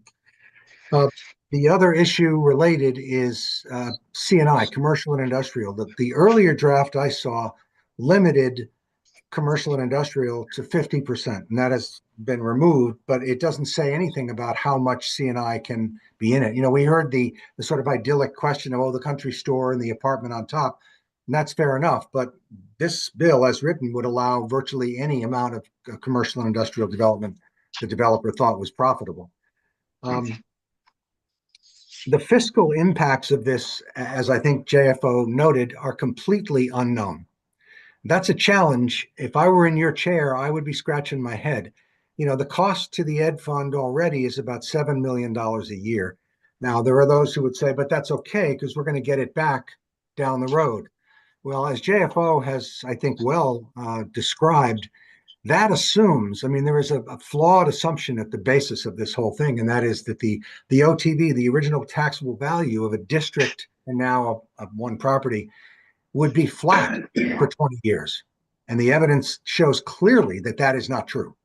It varies tremendously. Bennington kind of on the low end, Burlington on the high end, but there's always growth. And the question then is, we're not really getting the full benefit of the increment down the road, and we don't know how much. So a fiscal analysis would be great. I don't know how they would do that at this point because you can't predict, although you could limit the number of these projects annually, that sort of thing, and their size. And finally, a couple of bullet items on the administration of this kind of an approach to TIF. One is, let's assume that a developer does want to do some affordable housing, although my guess is that most of their interest would be at the high end of the affordability spectrum, because that's where the most profit would be. But in any case, if it's 30% of the applicant or eligible player's income, somebody's got to determine that. VEPSI's not set up to do that. They've never been asked to do that. That doesn't mean they couldn't, but it's an interesting question. Who would do it and how? Would it be the developer reporting to VEPSI? Is that reliable? It's a good question. I feel strongly also that this question of the tax increment and whether it's sufficient to meet the debt service of the municipality is absolutely critical. Why would we put all the risk on the municipality? I don't understand. And you brought that up yourself and wisely. There are some other technical issues that my chief auditor insisted that I talk about, but I know you're in a hurry, so we can do that some other time. But the takeaway from Tanya was see if you can get them to take the rule-making component of this seriously. And if you pursue this and you get your colleagues in the House to go forward, don't let it take effect until the rules take effect. There's too many unanswered questions. Thank you. Thank you. Can we get that in writing? I'm taking Sure. notes, but I may have missed something. I did. I sent it to your staffer earlier today. Thank you. Okay, I think I saw something on my computer, but Yeah. I can't read and write at the same time. It's like walking in shoes. I hear you. Thank you very much. Thank you. Any questions for Auditor Hopper? Okay, thank you. Keep an eye on us. So I think if we're gonna do this, we need to do it correctly. And I would just soon take a little more time and make sure that this is going to succeed before we let it out of here. And I'm feeling a little rushed. And this is another one that if it fails, it will have failed for a generation. I mean, it won't, no one will resuscitate it. So we want to make sure this is a way that we think we can generate some of the housing we need, that we do this correctly. So I'm willing to keep working on this. If it doesn't make crossover, it'll come out next year, but it'll be a good bill. But I don't want to rush it out of here tonight. We already have a big enough can of worms with S65. Well, one thing we've Yeah. said repeatedly is that housing is an emergency. And we have to treat it as if it's an emergency. I Yeah. do believe some of the comments from the auditor, I absolutely agree with. For example, the issue of rules, because there are some things unsaid. And this bill, as with many things, is a patchwork of compromise to get to where it is right now. But we do have to do something about middle and about Yeah. that missing middle and where exactly that is. We can debate the numbers a little bit. We did certainly in committee and going over this to get to the 150 because we did have a range of views as to where it should be. But I do think that this is perhaps worth discussion as to whether or not the Rules Committee could look at this as an exception to the crossover rule if necessary, Oh, yeah. because I think it's that important. I do too. I mean, I would like. I said, this is one bill, I think. It's the one way I can think to be able to affordably build housing that the people we need, teachers, nurses, factory workers, middle management, you name it, everybody we need. I haven't heard a business in this area or a hospital or a school tell me they're flooded with applicants for employment.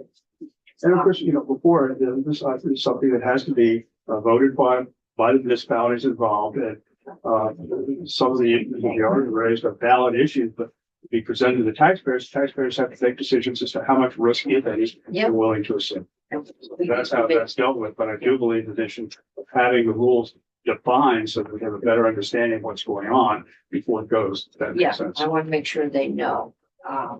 We have a lot of great testimony. Yes, we do, and I'm gonna move on. And I think I was told that it would work better if Mayor Weinberger came up, and I've been told that you are perpetually mayor as I am perpetually mayor, because that's the one that has the fewest people named that. I must say I was very happy to walk in the room to see it was a mayor presiding, yes. I apologize for my technical difficulties before which It obviously happened here before. it continues and then I cannot get on now because I got bumped off before. And so, you have another laptop? Yep. Okay. So let me just start while we're getting that going on. I guess, sorry, I know. we're Okay, late on pull up time. a chair, David, if you want to come up and Can we give you your chair? you can do the technical and. So, yeah, I was very grateful and best job of my life. I was mayor for 12 years in the city of Burlington and worked on housing issues throughout that time. And that certainly bring and we worked on a lot of good projects throughout that time and certainly bring that perspective to bear here. I also, before I was mayor, I was an affordable housing developer for 15 years, worked in Vermont, New Hampshire, New York, Florida. And continue to work now since I've left office about a year ago. I'm involved in a couple of housing projects around the state. And so the testimony I give and to be clear, Let's Build Homes was much of what is before you started out as a Let's Build Homes proposal when there was a discussion on the House side and the Economic Development Committee. There have been substantial changes in terms of what's in front of you now, but this is one of the things that Let's Build Homes is very focused on in our first year of operation. We're really just a little more than a couple of months since we started this new statewide coalition. We launched at the beginning of January. I'm pleased to say that the coalition has grown dramatically since we launched. There are more than 200 organizations now from all over the state, representing really every sector of the economy and the society that have signed on here. We also have almost 700 Vermonters, and these people have signed on. I think it says something about the urgency of the situation, the way in which Vermonters feel this is a critical issue. And then we really haven't, other than having a few news stories about this, we have not yet really begun kind of proactive outreach. We'll be starting that in soon. You'll see some of that, and I think this coalition will be much larger in the weeks just ahead.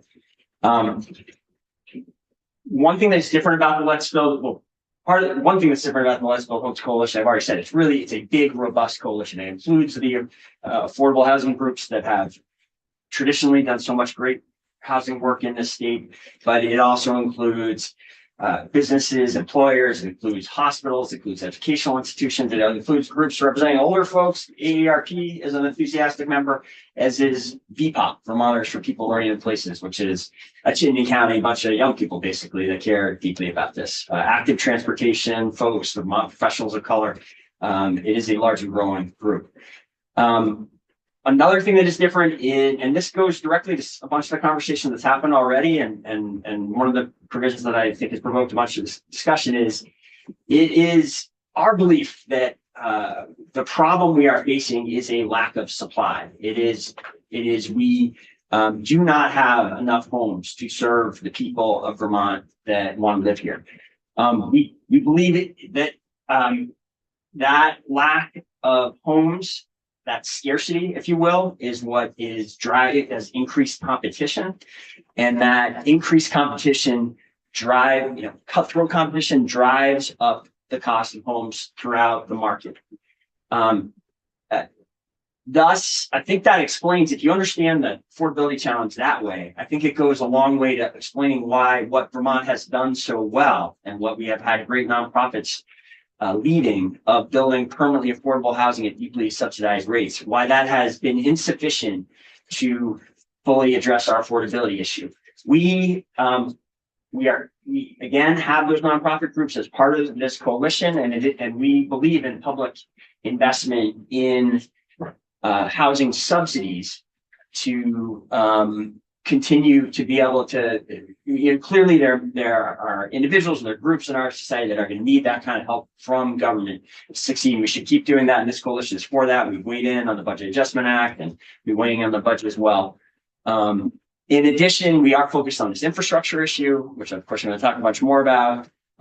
We believe these are other areas that we're already actively working in. The interest of time, I won't say more about that now. We don't do this. Yeah.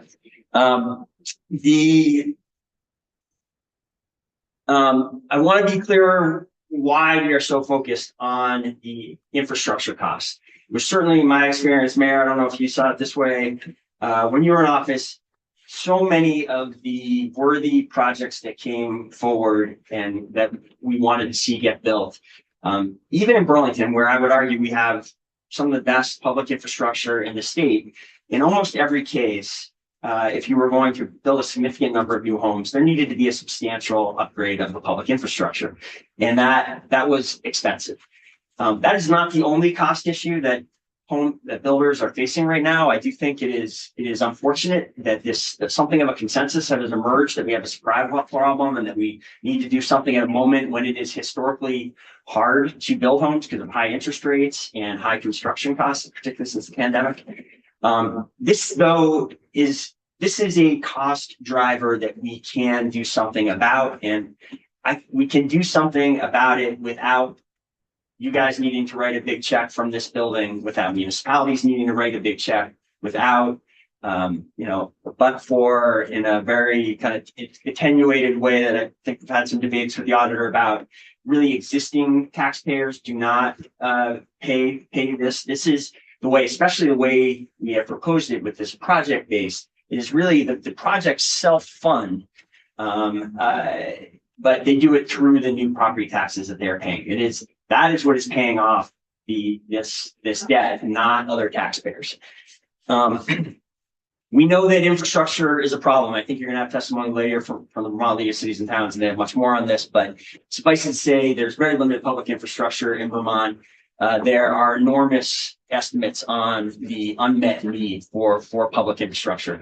This is not going to solve that whole problem, but it does solve kind of the last mile problem, which is often some of the toughest, most expensive infrastructure. How does that stuff that isn't going to be paid for out of the big federal infrastructure bill, the extensions that are going to be needed to hook up new projects coming on, how does that get built? This is a solution for that.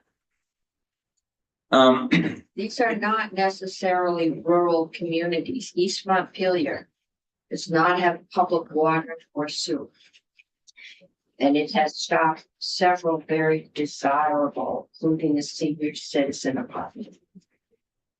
I think I 100% agree with that point, and we've really tried to lean into that here and strip away some of the complexity that has made TIF districts difficult, as is pointed out, for even large municipalities to fully manage by being project-based, and through this developer borrowing. These are provisions that can bring a great deal of simplicity to it. So the Rural Caucus has seen this and is very interested in this conversation.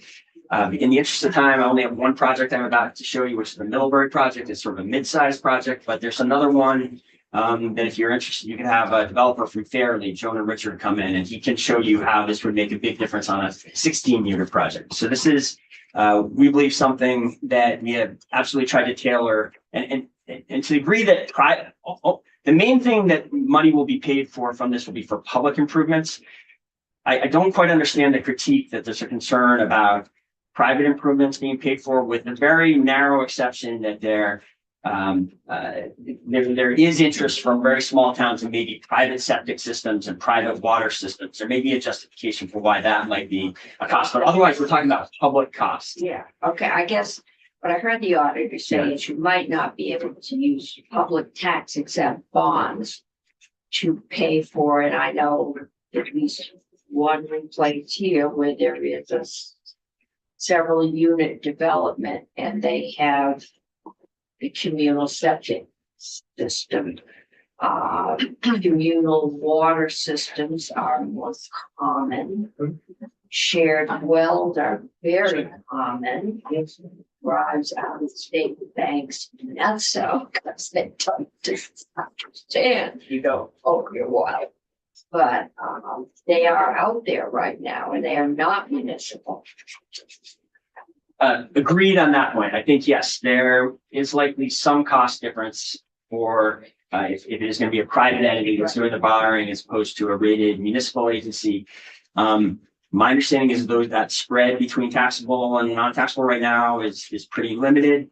I think that would be something that the projects would assess on a project by project basis. If there's real savings to be made by going the municipal option, that's still a possibility. I think what we need to make clear, because this is also new territory for Betsy. This is not creating jobs at X salary.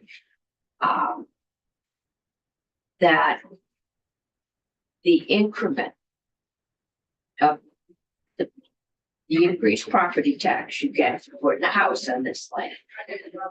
The only amount that is retained is the amount necessary to pay off the bond. This is a great, the example I want to show you is a great example of exactly that. So maybe a move there. This is a project in Middlebury. Summit Properties is the developer. Zeke Davison has presented this elsewhere. If you want to go deeper on this, you There's could have. no summit if you've been in economic development. Is that unit, okay? This is the project that they are building. They broke ground on recently in Middlebury. They broke ground on this piece of it, the blue, the area circled in blue, which is 80 homes, and had a very high $75,000 a unit infrastructure cost to build this out. They were able to get this done without CHIP, without this new provision, but they only were able to do that because there were these kind of one-time events. A lot of federal money that went in from the ARPA money, and they also got a big like $6 million from Middlebury, from the endowment. Something that, you know, an opportunity that's not available to most projects, and in fact probably is not available to them for the second phase of the project, the future development there, which is the potential for an additional 104 units. I mean, interestingly here, the infrastructure cost is considerably less because it's sort of hooking into what's already built. So it's only 24,000 instead of 75,000 a new unit. But I mean, Middlebury does have a public water and sewer system. and this is tying into that exactly. And but you know, that's a 24,000 units. Still, it's a lot of money for 105 homes. It's $2.5 million. That easily can be a figure sufficient to keep these 104 homes from ever getting built. If we read up the possibility of them capturing 80% of this 575,000 a year of new taxes that is going to come from this, it's going to be paid off in just a few years. And then the money, you mean it take 20 years to pay it off. You only need a small percentage of the total new taxes to service the debt on that. You probably need. So you won't retain all of it, Right. just the amount necessary. Right. That's, did we make that clear? So, and we can, so yes, that's exactly fine. This sort of shows, this is, again, this kind of makes the point that, and this is important, let me linger on this for just a sec, because I do see some of the discussion around the table about this kind of money being a subsidy for the project. I actually think it's the reverse of how I see it. I'll say it that way. It is true that this is how Vermont has usually done it and said the cost of all these new pipes in the ground, this $2.5 million that is in green and that is going to end up being owned by the municipality, that we have seen that as a cost that should be paid by the development. And we use a strategy, the industry calls it extracting the payment from the developer to pay for that.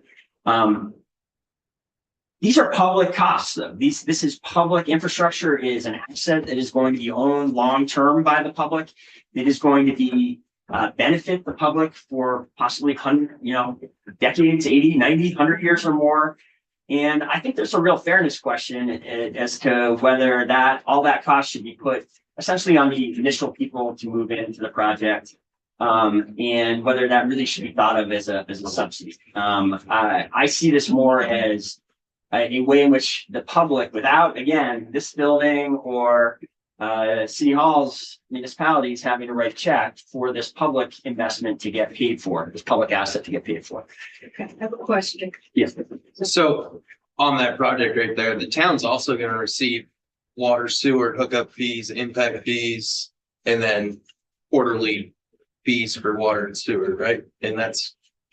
Yeah, and the state's going to get new sales taxes and new income taxes. What we're talking about is capturing, it'd be great. This would be a great JFO study, I think, is we get very focused on what is being taken or borrowed from the Ed Fund. It, I think, understates some other programs that we do really do take money out of that fund, current use takes money out of that fund. Income sensitivity takes money out of that fund. This, maybe for a short period of time, there is a much smaller, the figures are striking. Like I think the JFO recent estimate is something like $5.5 million comes out of the ed fund right now, and their sort of worst case scenario that they submit to you, versus much higher figures for these other programs. But in any case, I do think you lose all these other public revenues that are generated that are not part of this calculation, are not being withheld. I'm looking at Ted, who needs to be somewhere in 15 minutes. I think if you can come back when you're finished where you need to be, or if you can't, this bill isn't coming out of here tonight. So. Yes, at your pleasure. I will go to the hack and come back when I'm finished. Okay. And yes. if And you're then able we to fit me can in, get that's the great. fiscal note, but I want to get through all the witnesses and have time to see if we haven't got something that we can live with on S65 tonight, because that one needs to go to approach. I don't think this one does. There's an amendment coming. Okay. I'm almost done with my set presentation here. The remaining points I wanted to make, I want to see if there are other questions. I do want to address a number of the things that Auditor Doug Hofford said earlier and in this written submission that he's given to you. He made several granular points that Let's Build Homes has no objection to, and in some sense it agrees with some of them.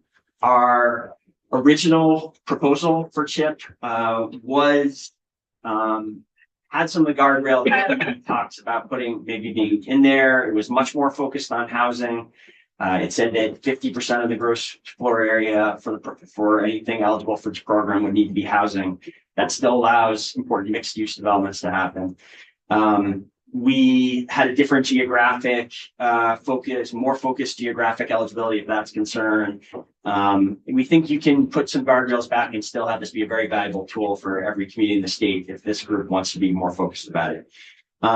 We also agree that, and I think it's a preferable route for, there is some important rulemaking to be done here. And I think we'll look at the constraints we're under in this meeting. It shouldn't all be done at the legislative level. We're very comfortable with we're very comfortable with the idea of FCC writing some important rules, how this developer financing is going to work. We think there's great precedent from the look to.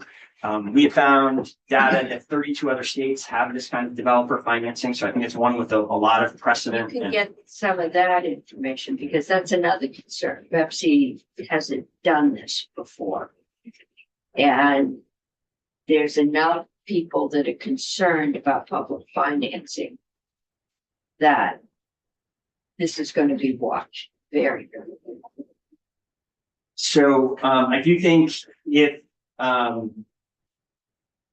I hope that there's sort of messages to the point, and we appreciate the point Senator Brock and others have made, that we certainly feel this is an acute crisis, and that the rulemaking should be focused on keeping this a simple, straightforward tool to be used. Do we want it to be used? Do we want it to result in housing? And that there'd be urgency in getting these rules written quickly, but we don't, we basically agree with that point.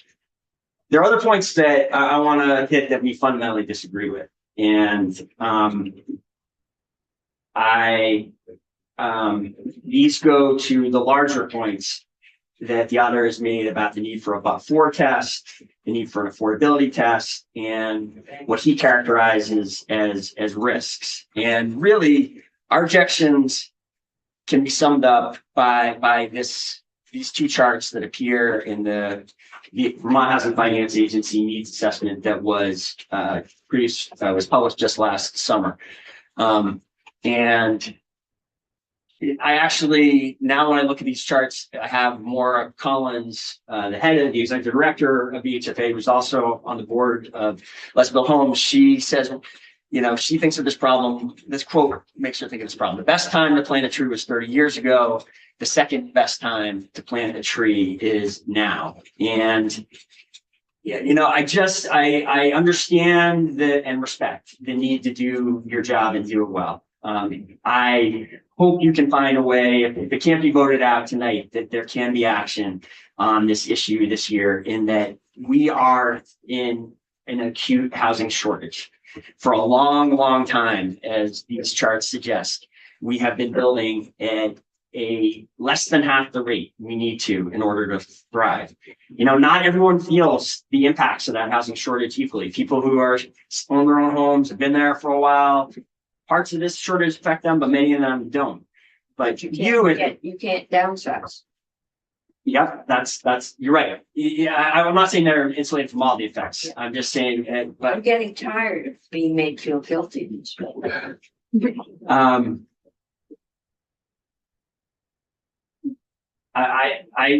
I know I'm sympathetic to you. I'm not trying to make you feel guilty. I'm sympathetic to No, you. I mean, but that's the reality. We Yeah. don't have the starter homes and we don't have the downsizing homes. 100% agree. And so everything is just stuck. I think that is one of the less focused I'm a proponent of the housing solution of everything. That so many of our social challenges flow from the fact that we have not been building homes of all shapes and sizes for the last 30, 40, 50 years. And you guys, I think you guys bear a lot of the brunt of it. You Yep. deal with these pains every day when you are debating the motel program, when you're dealing with the big issues in this building, the education tax, the trying to cut costs to healthcare without cutting services in healthcare. All of these challenges are functions of this housing shortage. Yeah. This chart, I think, makes it clear we should have been taking action to increasing our housing supply over 30 years ago, when that production rate, that chart on the right, when we used to be building 1.8%, almost 2% of new homes, current homes every year. That started dropping in the 90s and in the aughts and the tens. It went to about a third of what it was as recently as the 80s.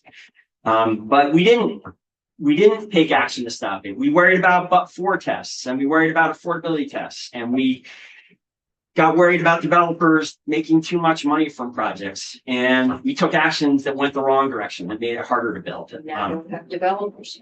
Yeah, exactly. I think our problem today is not that developers are making too much money. It's that too few projects are penciling out and getting built, as that shows.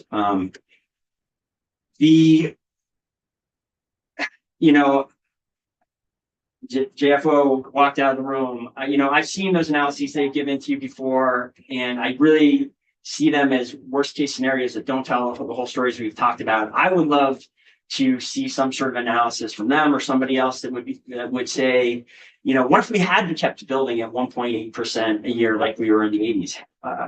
How much more income tax and sales tax would you have today if we had built additional 4,000 homes a year in the 90s, the 2000s, the 2010s? Developers like back of the envelope.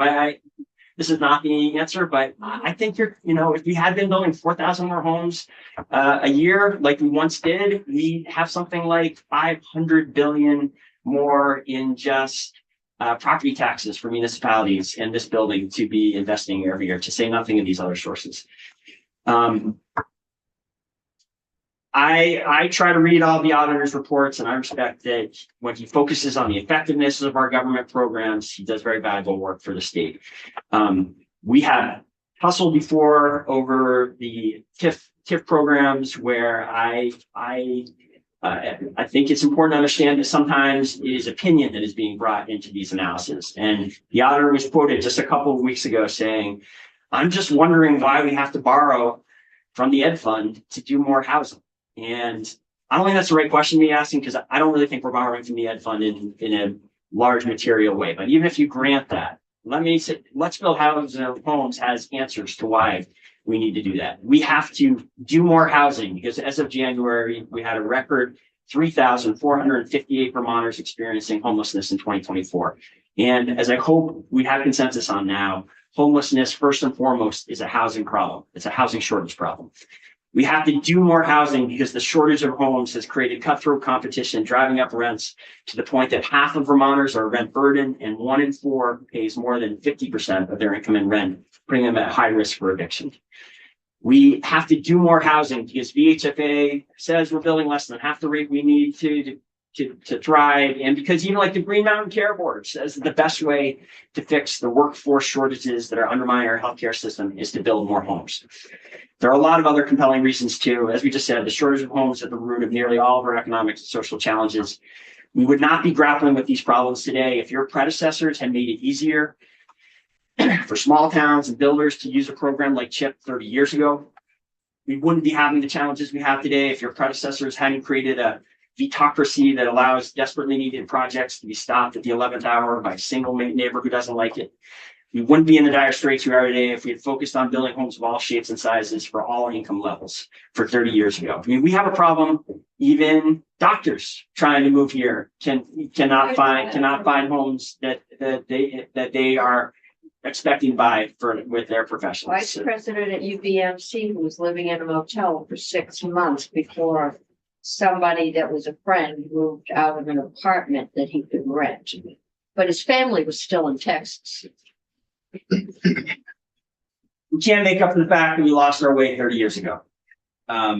We can't peel back the many layers of the complex state policies and barriers, all of those complex layers in one session. But you can pass CHIP this session, and over time, it will result in hundreds of millions of dollars of new public infrastructure that will enable thousands of desperately needed homes. You can plant a tree today. Okay. Any questions at this point? Okay, now move on to David. Right, thank you very much. Screen share up.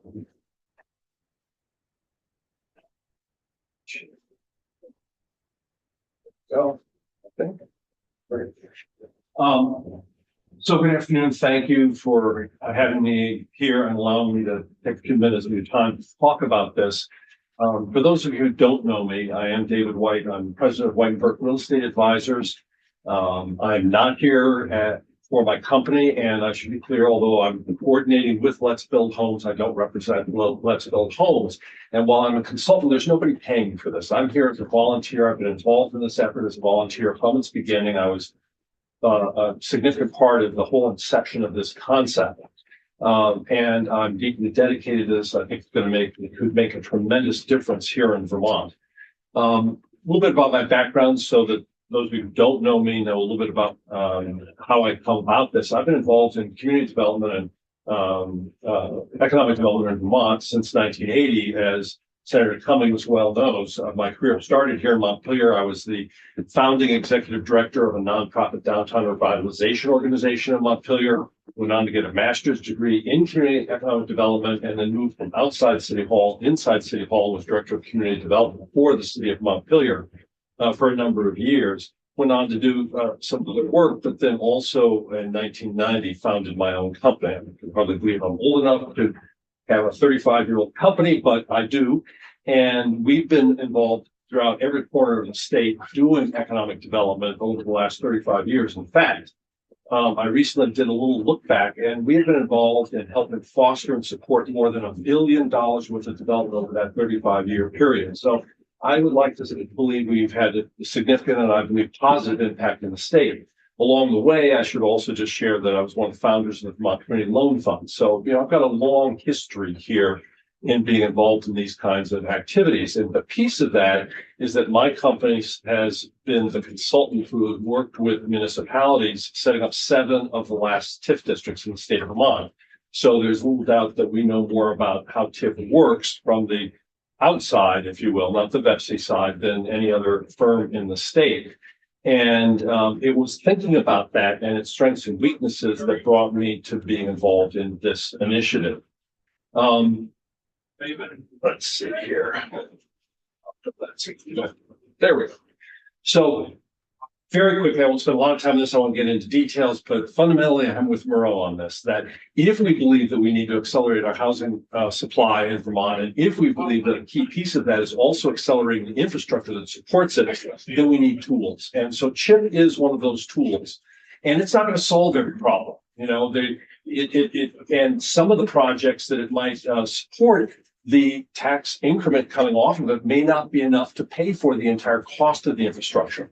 And if I go back to my TIF experience and the big TIFs, it is more common than not that the public debt is not the sole source of the funding for the public infrastructure that's built. Typically, it's very common that you have to bring in other sources of funding. And it may be that you get grants from one funding source or another, whether they're federal or state. It may be low interest loans through the water revolving loan fund in the state. There's a range of things. But in any event, that adds one more tool to the toolbox. So as we thought about this, and I was working on this from last year sometime about what we do this, we've got decades of experience doing economic development in Vermont and working with housing providers. And I spent time talking with people involved in housing. And among the goals that we established were we want to keep this program as simple as possible so that it was fast and easy. TIF is complex, and I think the most powerful economic development tool we have in the state. But it is complex. But we wanted to keep it simple. We wanted to make it usable for the small and rural towns. We wanted to make sure that it could enable small projects and infill development to occur. And we also are very acutely aware of the importance of adequate protection for taxpayers. I'll talk about that. And we wanted to be able to take advantage of the self-funding mechanism that's inherent in this kind of TIF-related program. So in terms of keeping it simple, the key difference, which you've heard about, is that we're talking about one site. Now, it might be multiple budding properties. Maybe somebody's put on a contract 2 or 3 properties where they want to do a development, but it's one site and it's one project.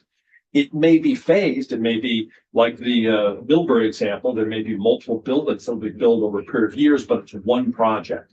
And what that means is that you don't have the tracking of all of a TIF district. TIF districts have, dozens of properties involved in them, and it gets complicated to have to track all of those. But also because in a TIF district, you expect to do multiple projects, it requires somebody at the municipal level to be constantly working on it and constantly promoting it. And as has been pointed out, most of our small communities do not have that kind of internal capacity. So this has the benefit of not having any of those ongoing responsibilities. But also significantly is that this doesn't involve background growth. One of the criticisms, and we could get into a discussion around that, but today's not the appropriate time, of TIF districts is that you're picking up background growth that might otherwise have occurred. Well, because we're talking about one site, there is no background growth. There's no other growth happening around it. You're talking about the development on one site. And so their background growth goes away as an issue here because you're only capturing the incremental taxes from that one property. So in terms of keeping it usable for small towns, one of our objectives here was to keep the program and the rules as simple as possible so that it hopefully would be a simpler process getting through VEPSI and not involve as many steps, as many hearings and so forth. To the point of the capacity of towns, we've intentionally set this up so that towns could engage outside resources. And I think of the regional planning commissions and regional economic development corporations have staff whose job it is to help with economic development and who've got the expertise to be able to work with a municipality who says, look, we have a developer who wants to do a project.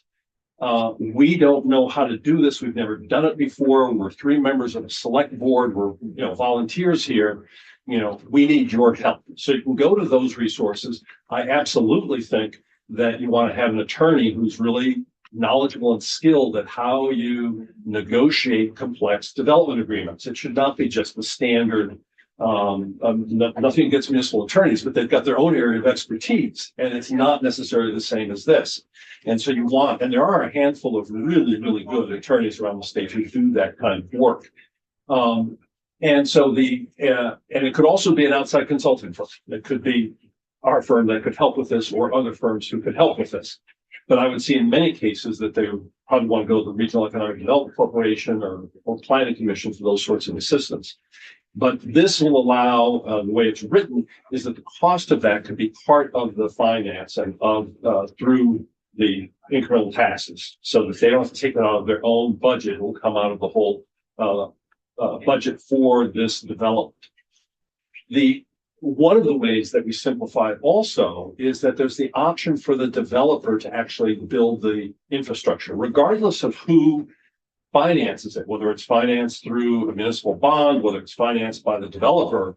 The municipality can contract to have the developer do the work. So the municipality doesn't have to manage that process. In Burlington right now, for example, with City Place under construction, the developer is responsible for building all the surrounding public infrastructure, and the city's overseeing it, but it's actually being built by the developer, and the developer's getting reimbursed for those costs. And there's also the option for the developer or a third-party agency to do the financing. And there were a lot of questions about that earlier.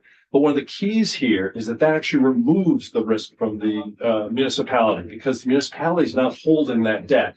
And if the developer has financial problems, keep in mind that the tax lien is superior to a mortgage, and they are responsible for paying that debt. And they're the ones who are securing that debt, not the municipality. Okay, but I know with roads, internal roads, developer puts them in, at some point, the city has to accept them as public roads, because at some point, that water main is gonna break. And city's gonna need to own it, because that developer could be long gone. Yes. So we need to make sure that that process is envisioned. Well, I think He you would. may own it. I mean, who owns it, and at what point does it become municipally owned? Well, that's an issue that is faced with every development, whether it's done through this process or separately. The question of, even if the developer has built it and paid for it, will they remain private roads or public roads? And most municipalities have a set of rules around how that works and what the process is. Engineering standards. Yes, and In this construct, Mr. White, that if the development, that infrastructure gets built and then for whatever reason, the development doesn't occur and the tax increment doesn't come in, it is the person that holding that note is responsible and not the municipality, which is an important plus to me. I think VLCT is happy to hear that as well. I want to confirm that point. And also, Yes. could you elaborate, because your testimony in the morning committee regarding our original language had at least 50% of gross floor area of projected housing development that would be dedicated to housing. A lot of your testimony during crossover haze, we softened that a bit. Could you elaborate on what you were speaking to that language? Because I almost feel like we might need to revisit that to bring it back into this discussion based on some of the concerns raised. so the original concept that we worked with on that is that we wanted this to be a housing focused program. And to be clear, I strongly support the concept of broader project-based TIFs that will allow economic development that would be industrial or commercial.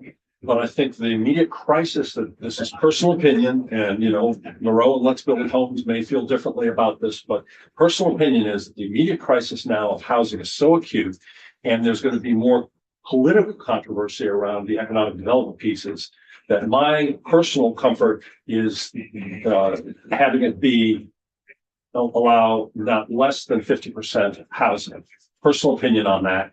And the reason why I don't want more than that is because in many communities, particularly if it's in the core downtown, they would want the first floor to be commercial. And so you want to allow for that to fit within the context of the community. So it seemed mixed use under my original concept here would be allowed.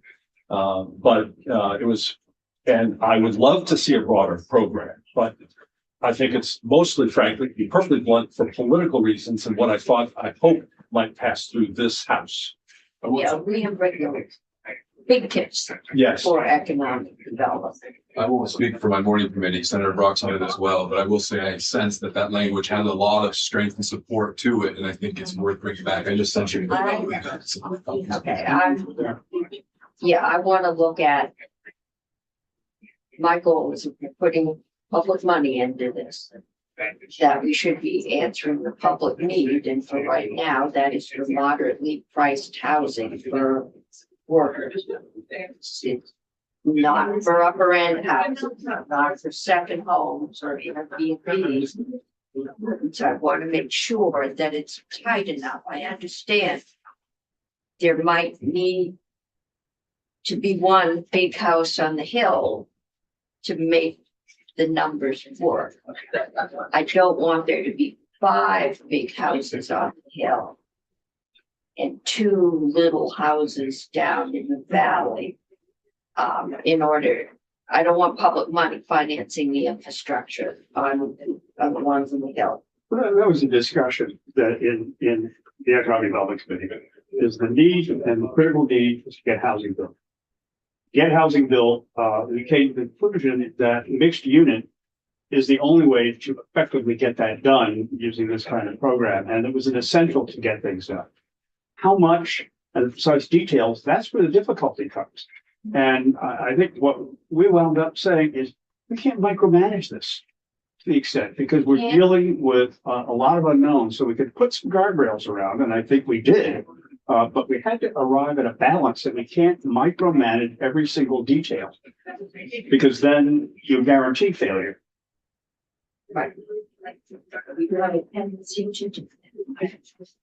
Okay, And let me just add one detail to that while we're on the topic, which is that I am a believer of a supporter of what Murrow talked about earlier, which is that we simply need housing. And even if some of this were to go to higher end housing, in the end, if that allows people who are in moderate housing to move out up because they, are advancing economically and can afford that, it opens up other units, and ultimately it adds to our housing stock. And some of those people in those are going to be paying taxes if they are wealthier, and they're going to be paying the income taxes.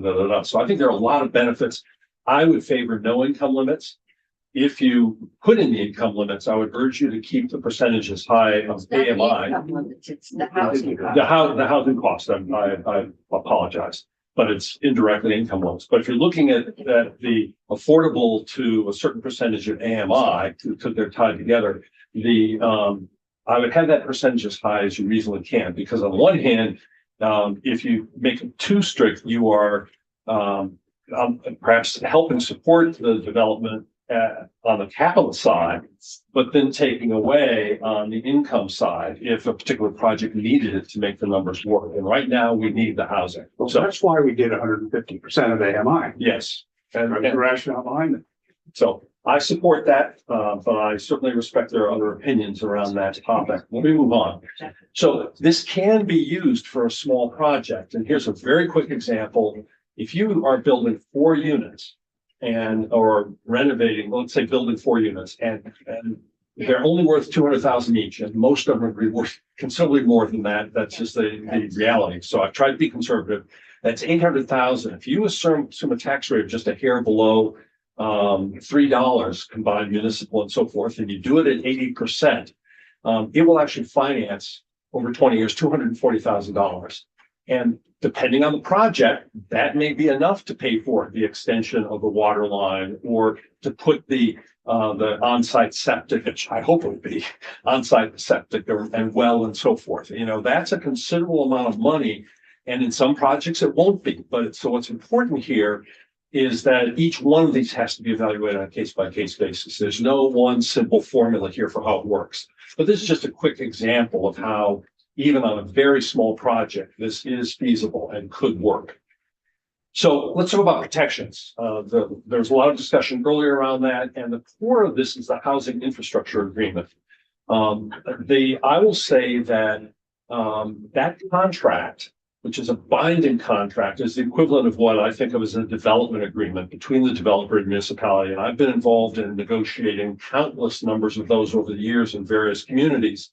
And in every case, we take a look at what are the specific circumstances of that project and its timing and its need for infrastructure, and how do we go about protecting the community. And I'll give you an example. One of the more common ways that we do it, but it's not always appropriate. I'll give you an example of why in a moment. But one of the more common ways that we protect a municipality in the agreement is that it'll say something along the lines of, the municipality will not begin spending money on its infrastructure until the developer has closed on its financing for its project, so that you know that it's it's feasible, a bank has underwritten it, it's got its financing, it's ready to go. And then you start simultaneously. Now, that's an example, but I want to be very clear that I would not want to build in that you've got to do it exactly that way, because there may be circumstances where you need something different, where because of the timing of projects, you need the municipal project to get underway earlier. And so we've also written agreements that say, if it gets underway earlier, the developer is guaranteeing a minimum level of taxes or debt service, and that you get binding guarantees. Okay, yeah, I think the concern is when you get to very small towns, who really want to get that septic system in and get some housing in, there is not necessarily the expertise to know that they should be able to do that. And if your town attorney has been doing basically bylaws, and so how, and this is new for Pepsi, so it's going to be making sure that that expertise is in place so that the towns, because not all developers are created equal. And so you want to make sure that that underpinning is there and that the towns have the what they need in the way of support to do that. And that probably will require some kind of a checklist, like you need to do this and you need to do that. And you need to make sure that's covered. And I don't know who will assign that to, but I So- think there needs to be something there. I agree with you. And one of the things that is in this legislation that's not part of Big TIF is Big TIF doesn't require a development agreement. Now, it is typically done, and in every project we've ever been involved with, we've done that because it's just good practice. It's because they're planning and development offices and finance offices. In this case, because we wanted to work for small communities, anticipating the very question you're raising, it actually requires there to be an agreement. It says there has to be one. And there is a checklist in there that says if you're applying, when you apply to VEPSI, do you have that development agreement? You know, have you done these various things? Does Pepsi have to approve it? And VEPSI has to approve it. Okay. So and I do want to disagree with you on just one point, if I may, which is that many of the TIF districts, bigger TIF districts, do involve housing. So VEPSI has, in fact, looked at and underwritten those kinds of housing housing projects as Right, part of their, not exclusively. Yeah, housing. and not generally building housing projects. Most of them have been downtown. They've been second floor conversions or just rehabs, but They've been some. yeah, I know of two in St. Albans and two more on the way right now that are purely housing. So anyway, so be that as it may, so the housing infrastructure agreement is a key piece. And it has to be, you have to evaluate each project in its circumstances and negotiate the protections that are most suitable for that particular community, that particular project under its circumstances. But also, in terms of protection, is this option for the developer or third-party financing, and the key there being that the town's not carrying that debt.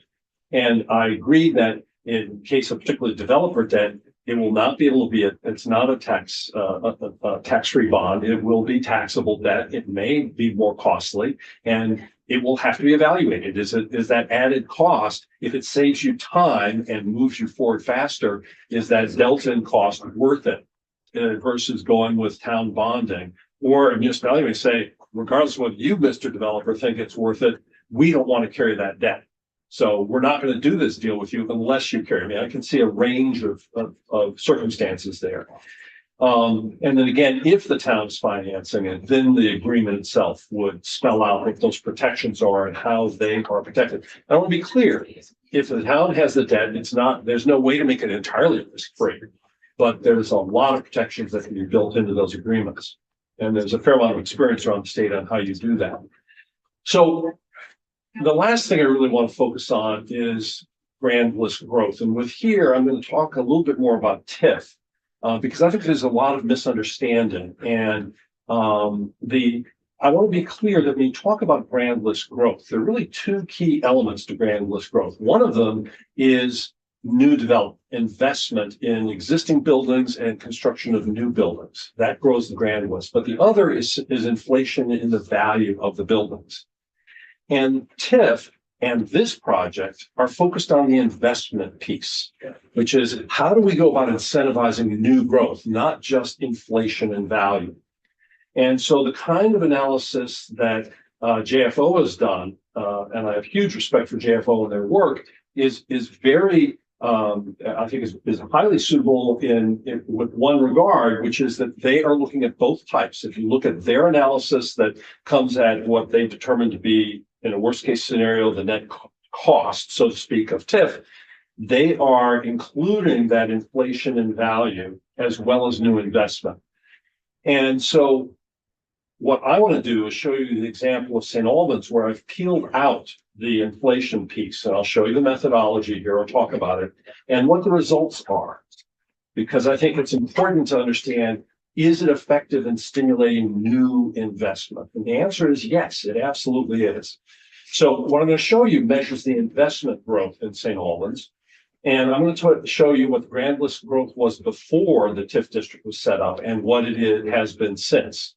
And in fact, the analysis shows that there have actually been more increased education fund payments than there would have been under the prior trend line. And let me show you what I mean by that. So in St. Albans, in the TIF district was set up in 2013. If you back up, there was a reappraisal in 2012, which is really helpful for this analysis. And the prior reappraisal came into effect in 2004. So from 2004 to 2011, if the grand list grew, you know that that's new investment. It's not inflation because you haven't done the reappraisal, which is what captures the inflation and value. So any growth in the grand list is growth in actual investment. And similarly, from 2012 or 13 to today, there has not been a reappraisal. There's one underway right now that will probably kick in next fiscal year, but there hasn't been one. So you know that, again, you haven't captured in the grand list any inflation. It's purely investment. If you look at that 7-year period from 2004 to 2011, the grand list grew an average of 0.4%, less than 0.5% annually. You then, that big bump there in the middle is the reappraisal. That's the inflation. Then you go to the upper level, and during the first 7 years, I want to do a comparable 7-year period, the growth in the TIF district, in the citywide, I'm talking citywide here for a moment. Citywide, the grand list went up by more than 5 times the annual rate, 1.7% on the average for those 7 years. And 88% of that growth was inside the TIF district. And then if you go to today, you'll see that to FY25, the current fiscal year, the overall growth has been 16% citywide with 80% in the TIF district. Now, in addition to that, I should tell you 2 other key factors. One is that there's a single building that used to be occupied by the federal government in downtown St. Albans in the TIF district that when the federal government moved out, it's been vacant ever since, and its value went down by $7.8 million. And these numbers would be, this growth would be even higher if it weren't for that one building, because we would have 7.8 million more. And the second thing is that we have projects underway today that will, in the next few years, add 20 million more within the TIF district. So 2 of those are currently under construction. So they're real and so forth. The third one just applied for permits a week ago, and so they're in the process, and we expect that one to happen. So these are, and total value of those we expect to be about $20 million. So these numbers are going to be even higher as we go forward. So what we've seen is a 47% growth in the grand list in the TIF district during that period of time. Since we've had the TIF district, it would have been 54% but for that one building going down in value as it sits there vacant. So what does that mean for the education fund? If you remember that 0.4% that was going on before the TIF district was established. The blue line is that trend line had it continued. And shows what would have happened if we stayed at that 0.4%. Of course, we don't know whether it would have stayed at that without a TIF district, but we do know that that was the The 7. leap of faith, right? there. Right. It's the 7-year trend that we had prior.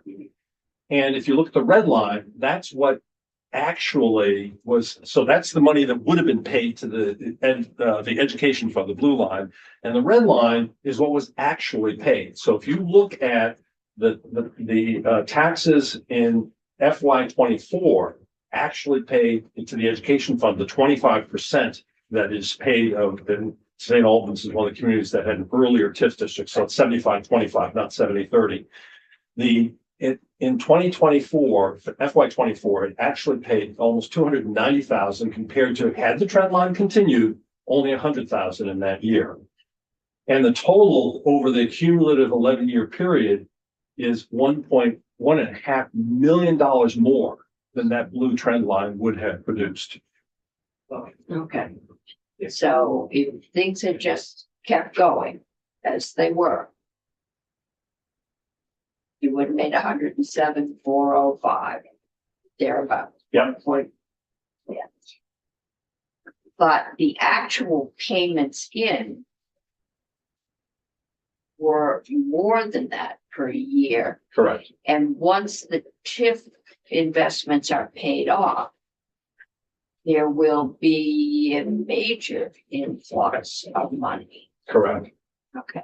You know, as an example, I know in Burlington, with most of the waterfront TIF district expiring at the end of this year, but for the 3 buildings around City Place, there's going to be over $2 million more that will then be available to the education fund. They'll go directly to the education fund. Unlike here, if the TIF district had survived and the parking garage got built and the hotel went downtown, where you would have gotten tourists downtown, so your downtown businesses, we're getting the hotel. We'll get some tax dollars. But the hotel is going up there.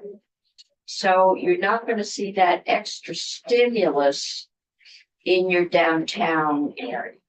And part of our investment has been to stimulate your downtown. I was told years ago, actually in Charlotte, Virginia, not Charlottesburg, right? Charlotte, with the University of Virginia. No, Virginia. University of Virginia. Salzburg, Charlottesville. There's a Lexington near there. They have I was there with the mayor's city design. And they had a downtown mall, and Burlington, Vermont was the only other downtown mall who had survived any significant amount of time. Now I know it's struggling now, but I don't know if there are any others that are surviving, but those 2 were the ones that had survived and were models of good municipal design. Pedestrian malls are incredibly challenging, and most of them have built around the country. So Burlington is an exception in that regard. Yeah. Absolutely. It's very powerful itself. Yeah, the leader of that movement was the mayor who had led the rehabilitation of Charleston, South Carolina, and stored circulation. As a result, we have a very fancy now, but. I'm happy to answer any questions people may have. Okay, committee, question. Okay, thank you. Keep an eye on us as we work through this. Maybe we'll get it out. And I'm happy to come back if there are further questions. You got one good thing, yeah. And then committee, I'm gonna try and get through our last 2 witnesses, and then we're gonna take a break. And then we're gonna see if we can salvage something on S65.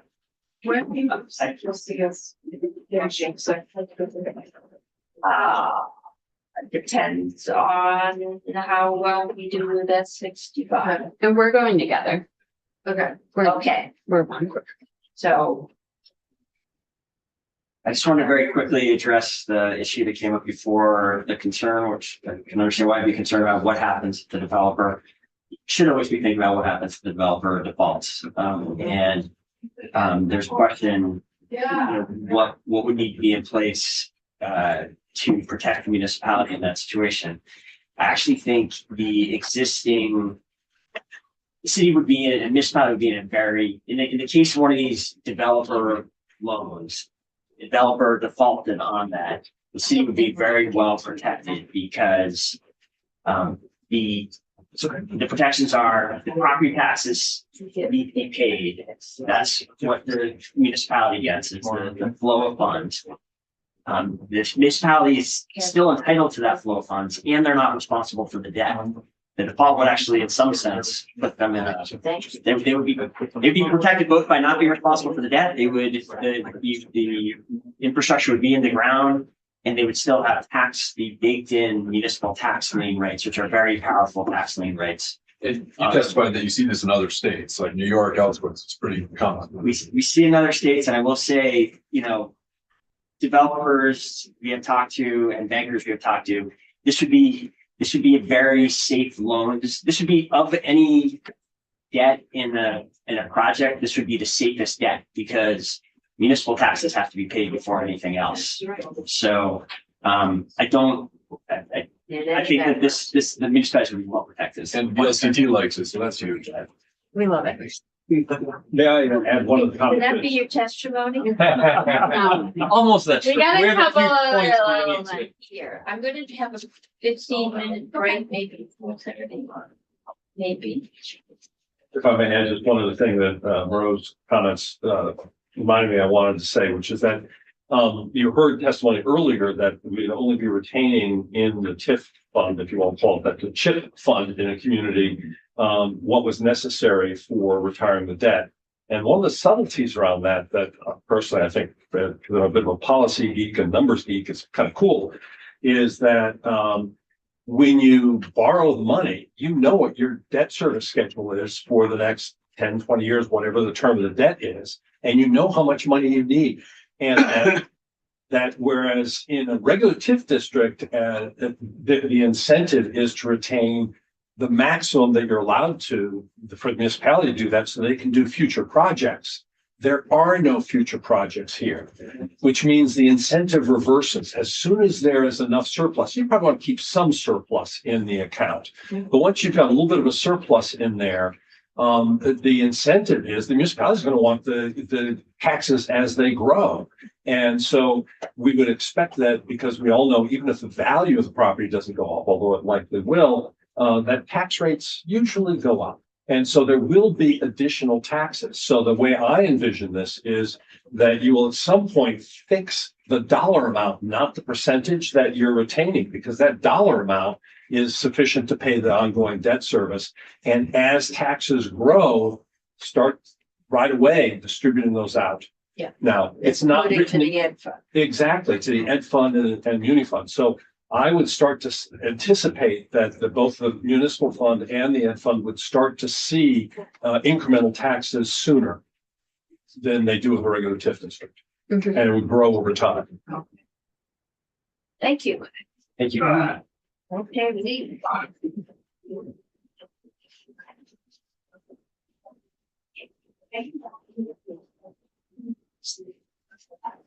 Just real quickly here, Samantha's gonna run most of the presentation, but just to introduce herself, because we haven't been in to testify in the committee yet, no. No. So Josh Hanford, Director of the Intergovernmental Relations at the Vermont League of Cities and Towns. I'm very happy that we're here talking about housing and seeing the charts and the numbers, because as many know, I'm a big housing advocate, big former housing commissioner, and noticing these housing needs assessment reports. As we need more housing, our production has been declining, and that has been a warning sign for decades. So we're here to talk about how municipalities view this as helping to meet their needs, which our number one issue, again, is municipalities across the state want to see housing of all sizes and types and development occur to meet their growing demands and needs. For the record, my name is Samantha Sheehan. I'm the Municipal Policy and Advocacy Specialist for the Vermont League of Cities and Towns. Most immediately before that, I worked for the city of Burlington in the office of Mayor Weinberger. We have a presentation. I want to quickly carry the last point that the mayor and David were discussing about how a municipality could be protected if the debt belongs to the developer. So if the developer, the first point I want to make is we actually can't assume, counter to the auditor's point, that the best savings would be in the interest rate for a public bond, because there certainly could be substantially greater savings in having the developer carry the debt, especially if they're self-financing and if they're the ones building the components of the public infrastructure. Let's assume they do that.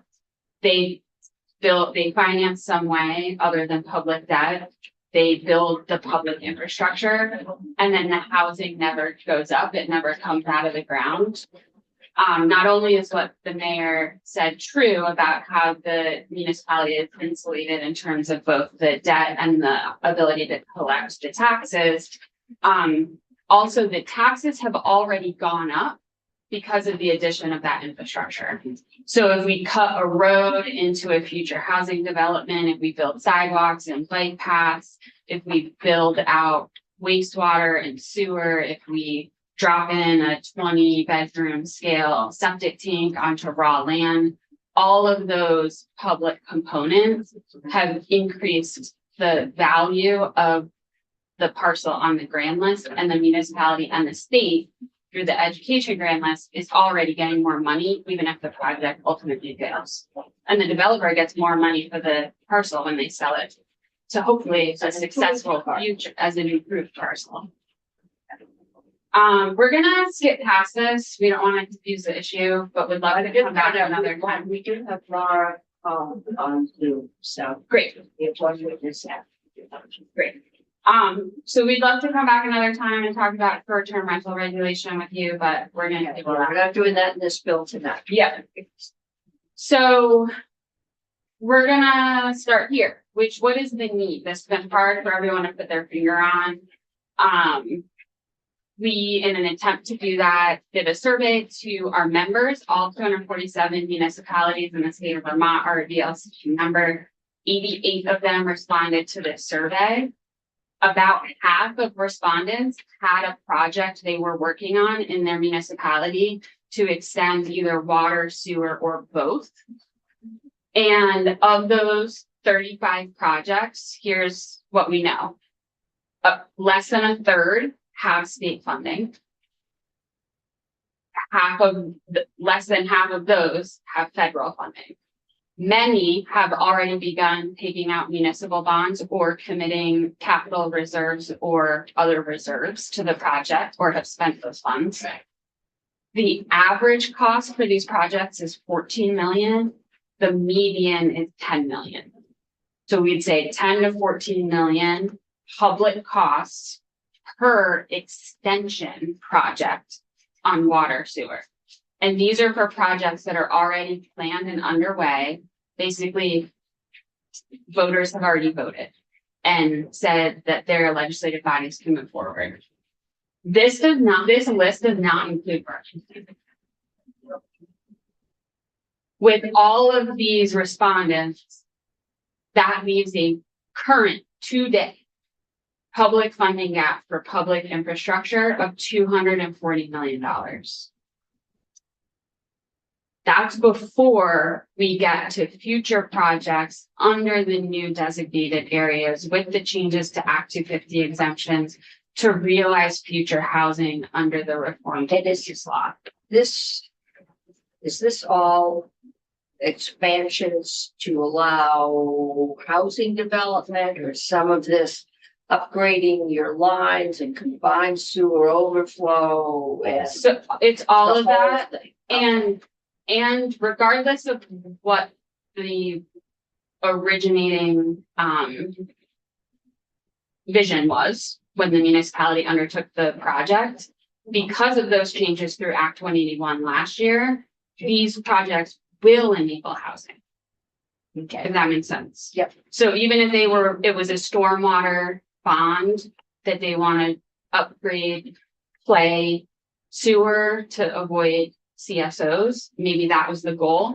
By doing that, because of Act 181, they are enabling a higher density of housing. okay, Yeah, yes, because that's been my former seatmate over here, that was one of his chants. That you're already pouring sewer into the river and, if we build more housing, you'll put more sewer into the Yeah. river. that's a concern we hear a lot, which is like, you're building 20 units, that's 40 toilets. We can't handle that. That is a misconception almost always, even for a one-off project. The one-off project, because of municipal and state permitting regimes, will dramatically improve the public system and help prevent future capacity problems. So you want to talk about this one? So, there's an existing program in this bill that provides a sort of grant pool that isn't CHIP that will support infrastructure projects as well, that we don't want to lose sight of, that we're also supporting. It's 9.1 million in this bill. In the House version, it's 15. As it was mentioned earlier, these projects, even the existing TIF, you go after SRF money, you go after bonds, you go after HUD grants, we have to piecemeal this stuff to lower the tax, impact on our residents. And this is an important aspect as well. We just didn't want to lose sight of that because it is in the bill and say that we support that. That'll be a good leveraging tool for anything we do. So this is maybe the most important slide. We have two more, but they're just pictures. So VLCT supports the use of tax increment financing to fund public infrastructure, period. In the CHIP proposal, we support this program to be used for all types of housing at all densities, as they are envisioned by the community and allowed for in local bylaw. So Vermont land use law is robust in its requirements for public process. We're saying that's good. There is a collective decision made by the great majority of a community about what they'd like to see built. Let's create the tool that will most effectively allow them to have those projects come to life.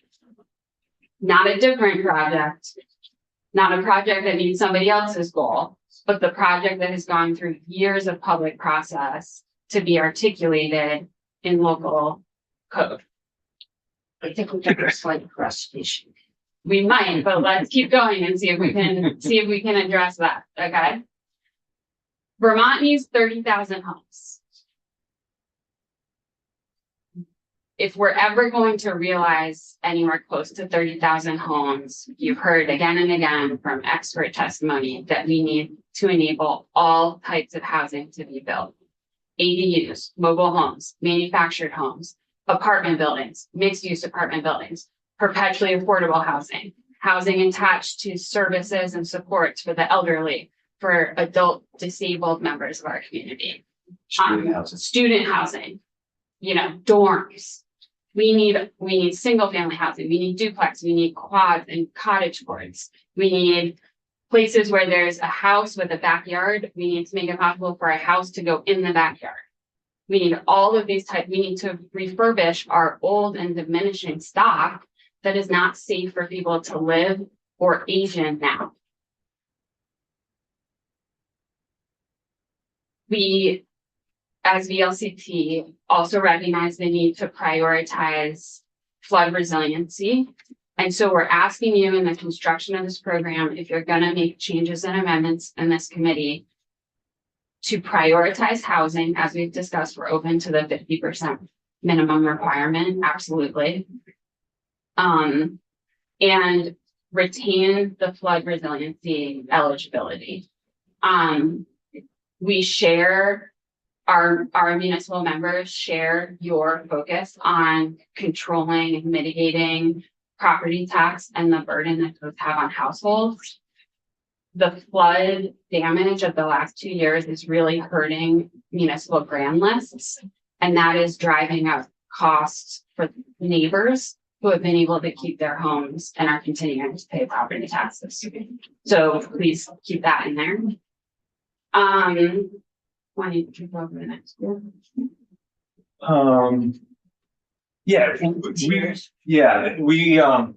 We feel that this should be allowed in all of Vermont, not just in tier 1A areas. That's not going to meet the needs of communities in Fairleigh, which has a very strong housing plan. They can't put in municipal sewer currently, and may not qualify for some of those, but they have a very robust plan for housing and they're revitalizing their community. So we support beyond just tier 1 designation, this big. Tax increment financing that supports both the state and local property taxes that development is paying for it itself. We don't have to borrow, we don't have to, appropriate funds out here. We can't afford that. We need to use this tool to have the development pay for the infrastructure that is needed. We hear often, well, this community has capacity at the water and sewer plant, so why can't they permit more housing? Why can't they meet these goals? Just because there's capacity at the plant doesn't mean there's capacity at the pipe, doesn't mean there's ability to connect on the end of this road. Those projects require pipe upgrades, pump stations.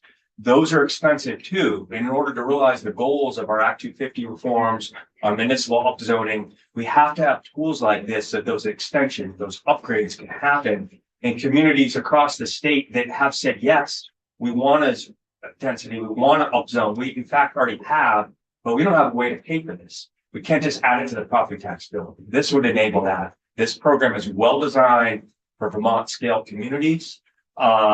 It is something that's been missing in the toolbox. I want to talk about the provision for technical support for municipalities, as well as this question that's come up throughout the day and throughout the time that this proposal's been to the building, which is what about rural and small capacity towns? So VLCT advocates that you keep the provision that Senate Economic Development put in to make technical assistance, legal assistance, design, planning, review as eligible costs within the tax increment revenue. That is critical, and municipalities will use it and use it to success in order to realize this new housing and tax revenue growth. That said, this is stuff all towns do. This program is not big TIF. This program is much more discrete. It's focused on development for housing and housing only, potentially, hopefully you keep in the flood resiliency. But my point is that basically means that if you're a small rural town with low capacity, very few municipal staff, there are a lot of things that are a challenge for you to accomplish as a team, but your daily business includes managing contracts, assessing wastewater and water connection permits, assessing design and review materials for municipal land use permits, and building really complex public infrastructure. There is not a town in the state that hasn't taken on one of those projects this year, right? Maybe not all at the same time, maybe not with the element of risk or scale that we might be hoping to see come out of a program like CHIP. But this is the normal work of municipal government. And they've actually, in some cases, been doing this at enormous scale and under total duress because of the last 2 years of flooding. So I think about communities like Ludlow and Plainfield, my town, Hancock. We just settled up over $1.5 million in FEMA damage and public assistance reimbursement. We're a 3-person select board town with no municipal staff, so that's hard. Yeah. And what we got at the end of it was the same road that used to be there in 2023.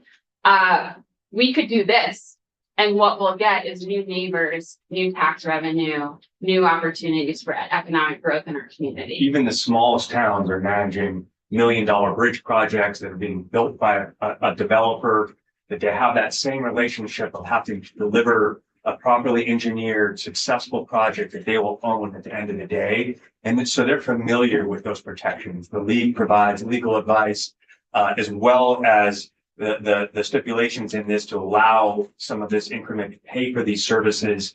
We feel there's adequate consultants and technical advisors, RPCs, us, others to protect those interests of the municipalities. Let's not have the fear of the smallest town might not be successful here, getting in the way of allowing them to see if they can be successful. Because if they can't meet the need of the housing in the future, they definitely won't be successful. And last point, my favorite point, so get excited. 2 slides to prove the point. Yeah, so we want to address this lingering question or criticism of should there be a but for. First, we want to say no, there should not be a but for, because at this moment in time and for unfortunately the foreseeable future, it is clear that building housing is for the public good. We are all suffering. Municipalities are taking on enormous challenges in delivering services at the local level because of our rapidly escalating number of households living in unsheltered homelessness, in sheltered homelessness, not being able to afford where they live now, and falling delinquent with their taxes or other obligations to the community. This is exacerbating public safety concerns, which municipalities deliver public safety. So building houses anywhere in the state of Vermont for anyone to live in is in our collective public benefit. That said, as the representatives of municipal government, we have a lot to say about reappraisal and the value of a municipal grand list. So we want to talk about the JFO fiscal note relies on equalized education grand list value. That means that the education grand list value after it is run through the CLA formula. Okay. CLA is a method of revaluation. So my house was last appraised in 2012 at more than 100% less than it is on the equalized education grand list. I've done a little bit of renovation, but the town doesn't know about that because I haven't been reappraised, right? Only that CLA calculation is driving up the value of my home. And that's because one house sold in my town last year, and it sold for substantially more than that house was appraised for. And that drove the CLA for the entire town down below 65, which drove our home valuations as a community up 60%, right? Or sorry, up 40%.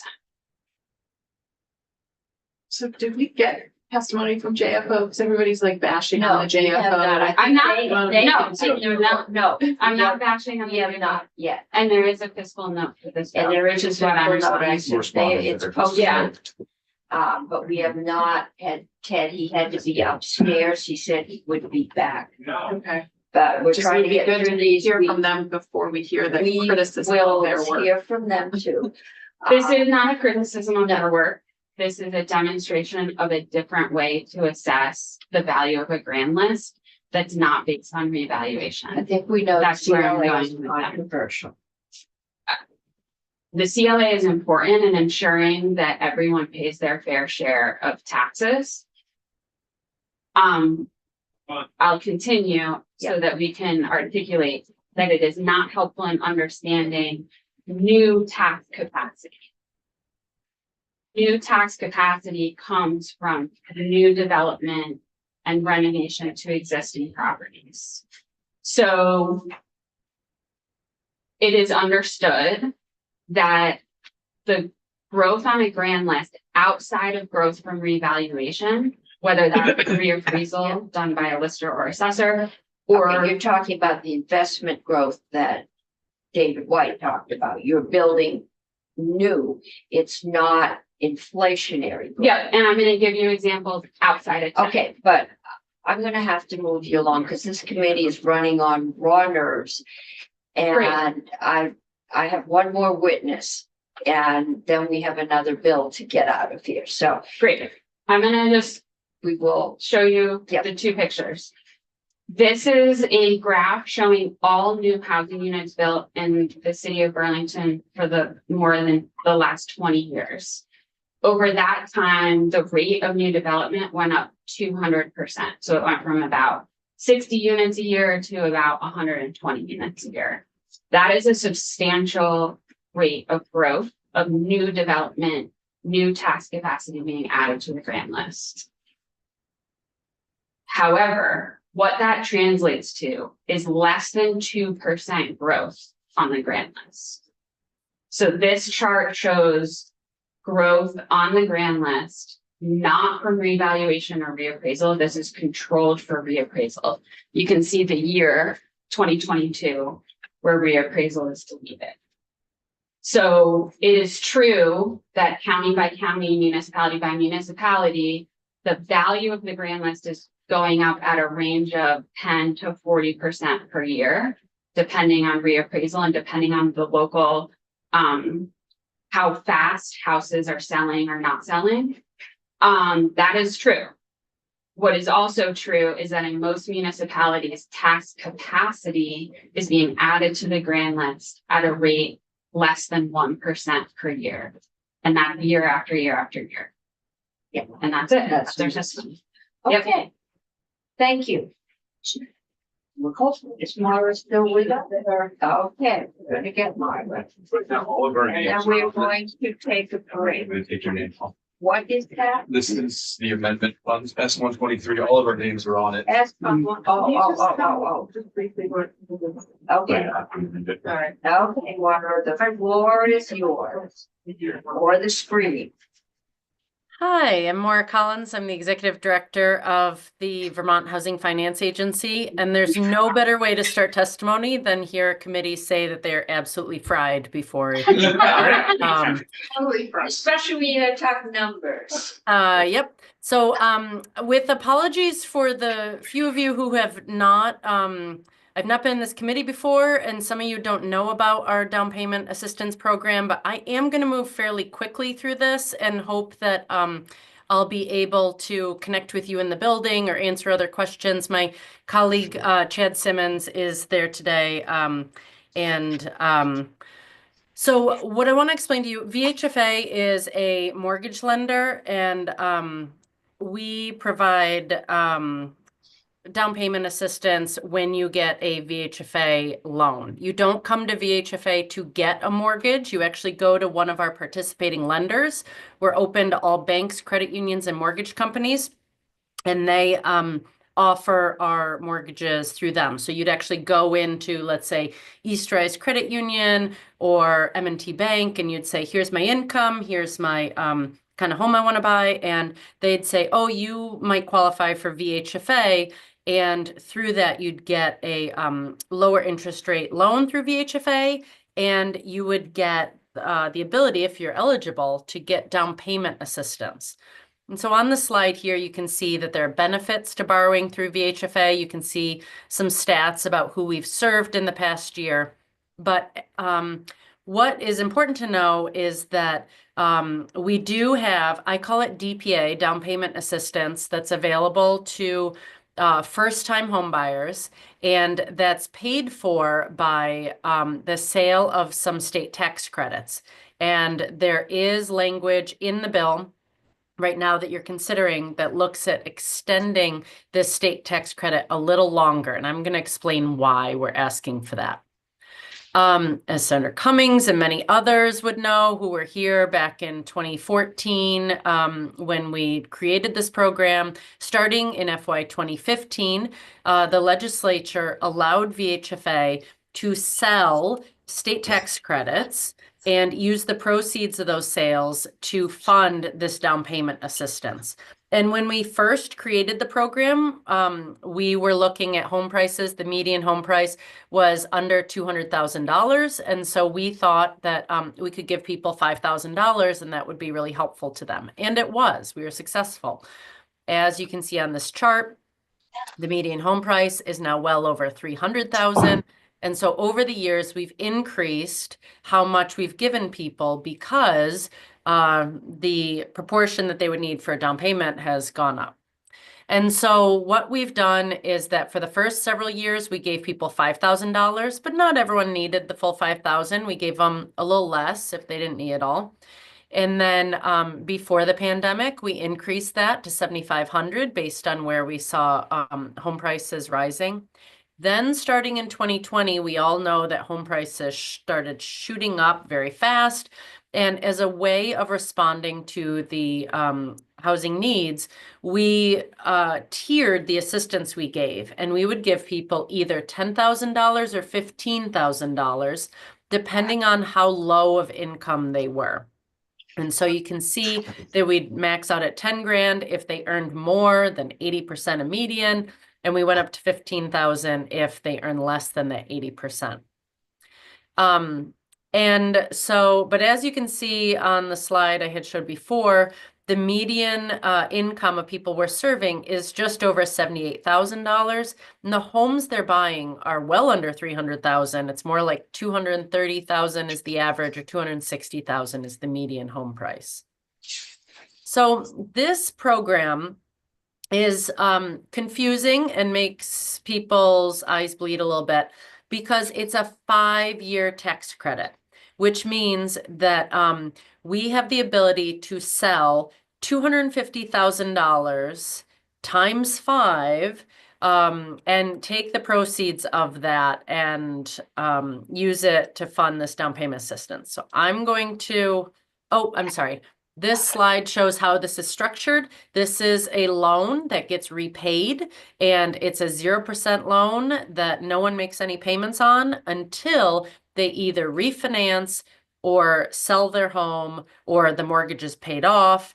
And at that point, it gets paid back. And so since 2015, up through and including FY 2026, VHFA has been selling these 5 years of tax credits each year and taking those proceeds and essentially creating a revolving loan fund. And with that money, we've been loaning it out to individuals as they have come in and applied for it through our participating lenders. So what has happened lately is that as refinancing has dropped off and as fewer people are moving because they would have nowhere to go, we are seeing that the revolving nature of the revolving loan fund is not operating the way that it did before. And the next slide I have, oops, I'm sorry, let me skip over some things. Sorry, this slide shows, I'm trying to get you out quickly, that as interest rates dropped, that's what the line shows here. These are average interest rates.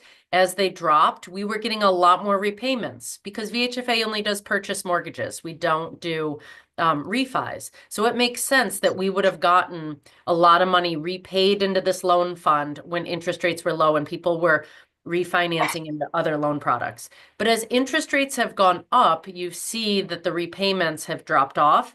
And that is why I'm asking for an extension of these tax credits so that we continue this good work of the program for a bit longer until people start refinancing or moving.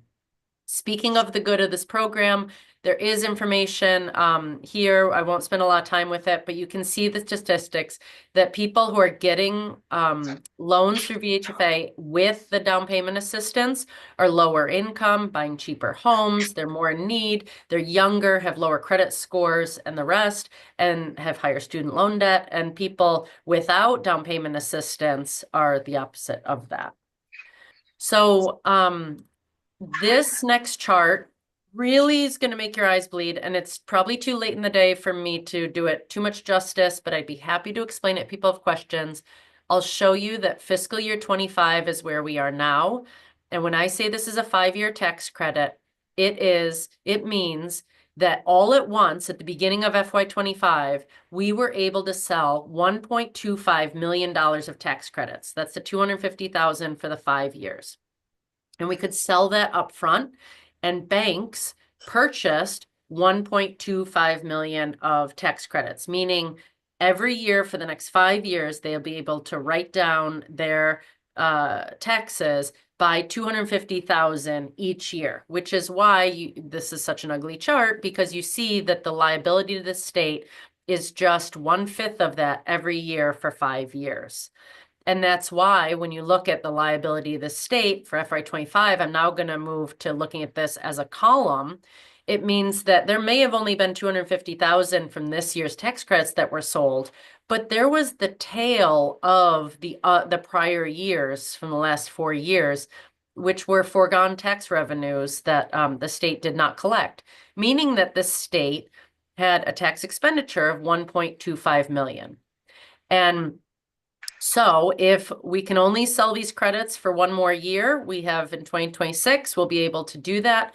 But then if you look at this blue summary bar toward the bottom, you'll see that if the language that passed the Senate Housing, the Economic Development Committee was not included, you'd see that the state would be collecting more in tax revenues every year as this program sunsets and peters out. And what we're asking is for the program to continue so that the total state liability would remain the same. It would be the 1.25 million until and through 2031. And then it would peter out and close off, because we do think that this will operate as a revolving loan fund and be self-sustaining in that way. I do have one more thing to mention, because there's another part of this in the bill, but I want to pause because I've been talking at you very fast. And, yeah, okay. I think the faster we can go through this, the better, because we're eating into break time. Okay, then, so this was the first part that's in the bill that we would love finance's approval on. And the second part is the First Generation Homebuyer Program is a program that started 3 years ago. It got a $1 million appropriation 3 different times. This was That's appropriation, so we're not even going to talk about no, it. we are, because they are talking in the bill. It is proposed that instead of being an appropriation, this become a state tax credit sale, and that we use that tool that we're already using for down payment assistance to fund this program. So Okay. far with the appropriations, there's stats here about who's been served with it, but the request that you'll see in the bill in front of you is that we do the same concept of selling these 5-year tax credits, and that we fund the first gen Doing it out program. of- You're not proposing doing it out of the same funding. You want to do it the same way with additional funding. Exactly. So this chart, it would be in total, it would be a $500,000 total liability each year, but this down payment assistance would still peter off in 2031, and the first gen funding would continue on and be the $1.25 million expenditure going forward. Okay. That's probably going to send this to pros, but I think the hesitancy now that wasn't here last year is we're starting to be pretty sure we aren't going to have any money to forego, because we may be trying to patch up the safety net for some of these same people. So we're going to have to just evaluate that or maybe delay it years till we know what's going to happen. Yep, and so we understood. So the first gen program, as we run out of that money over the next year, we will just close down that program, and there won't be the $15,000 grant for first generation homebuyers. For the DPA program, if we cannot extend it and we don't have funding available, because it goes to participating lenders and it's first come, first serve, we will probably be looking at lowering the asset limits or doing geographic targeting, or putting other overlays on this so that we can control and live within those means. And we may very well get to fund one and not both.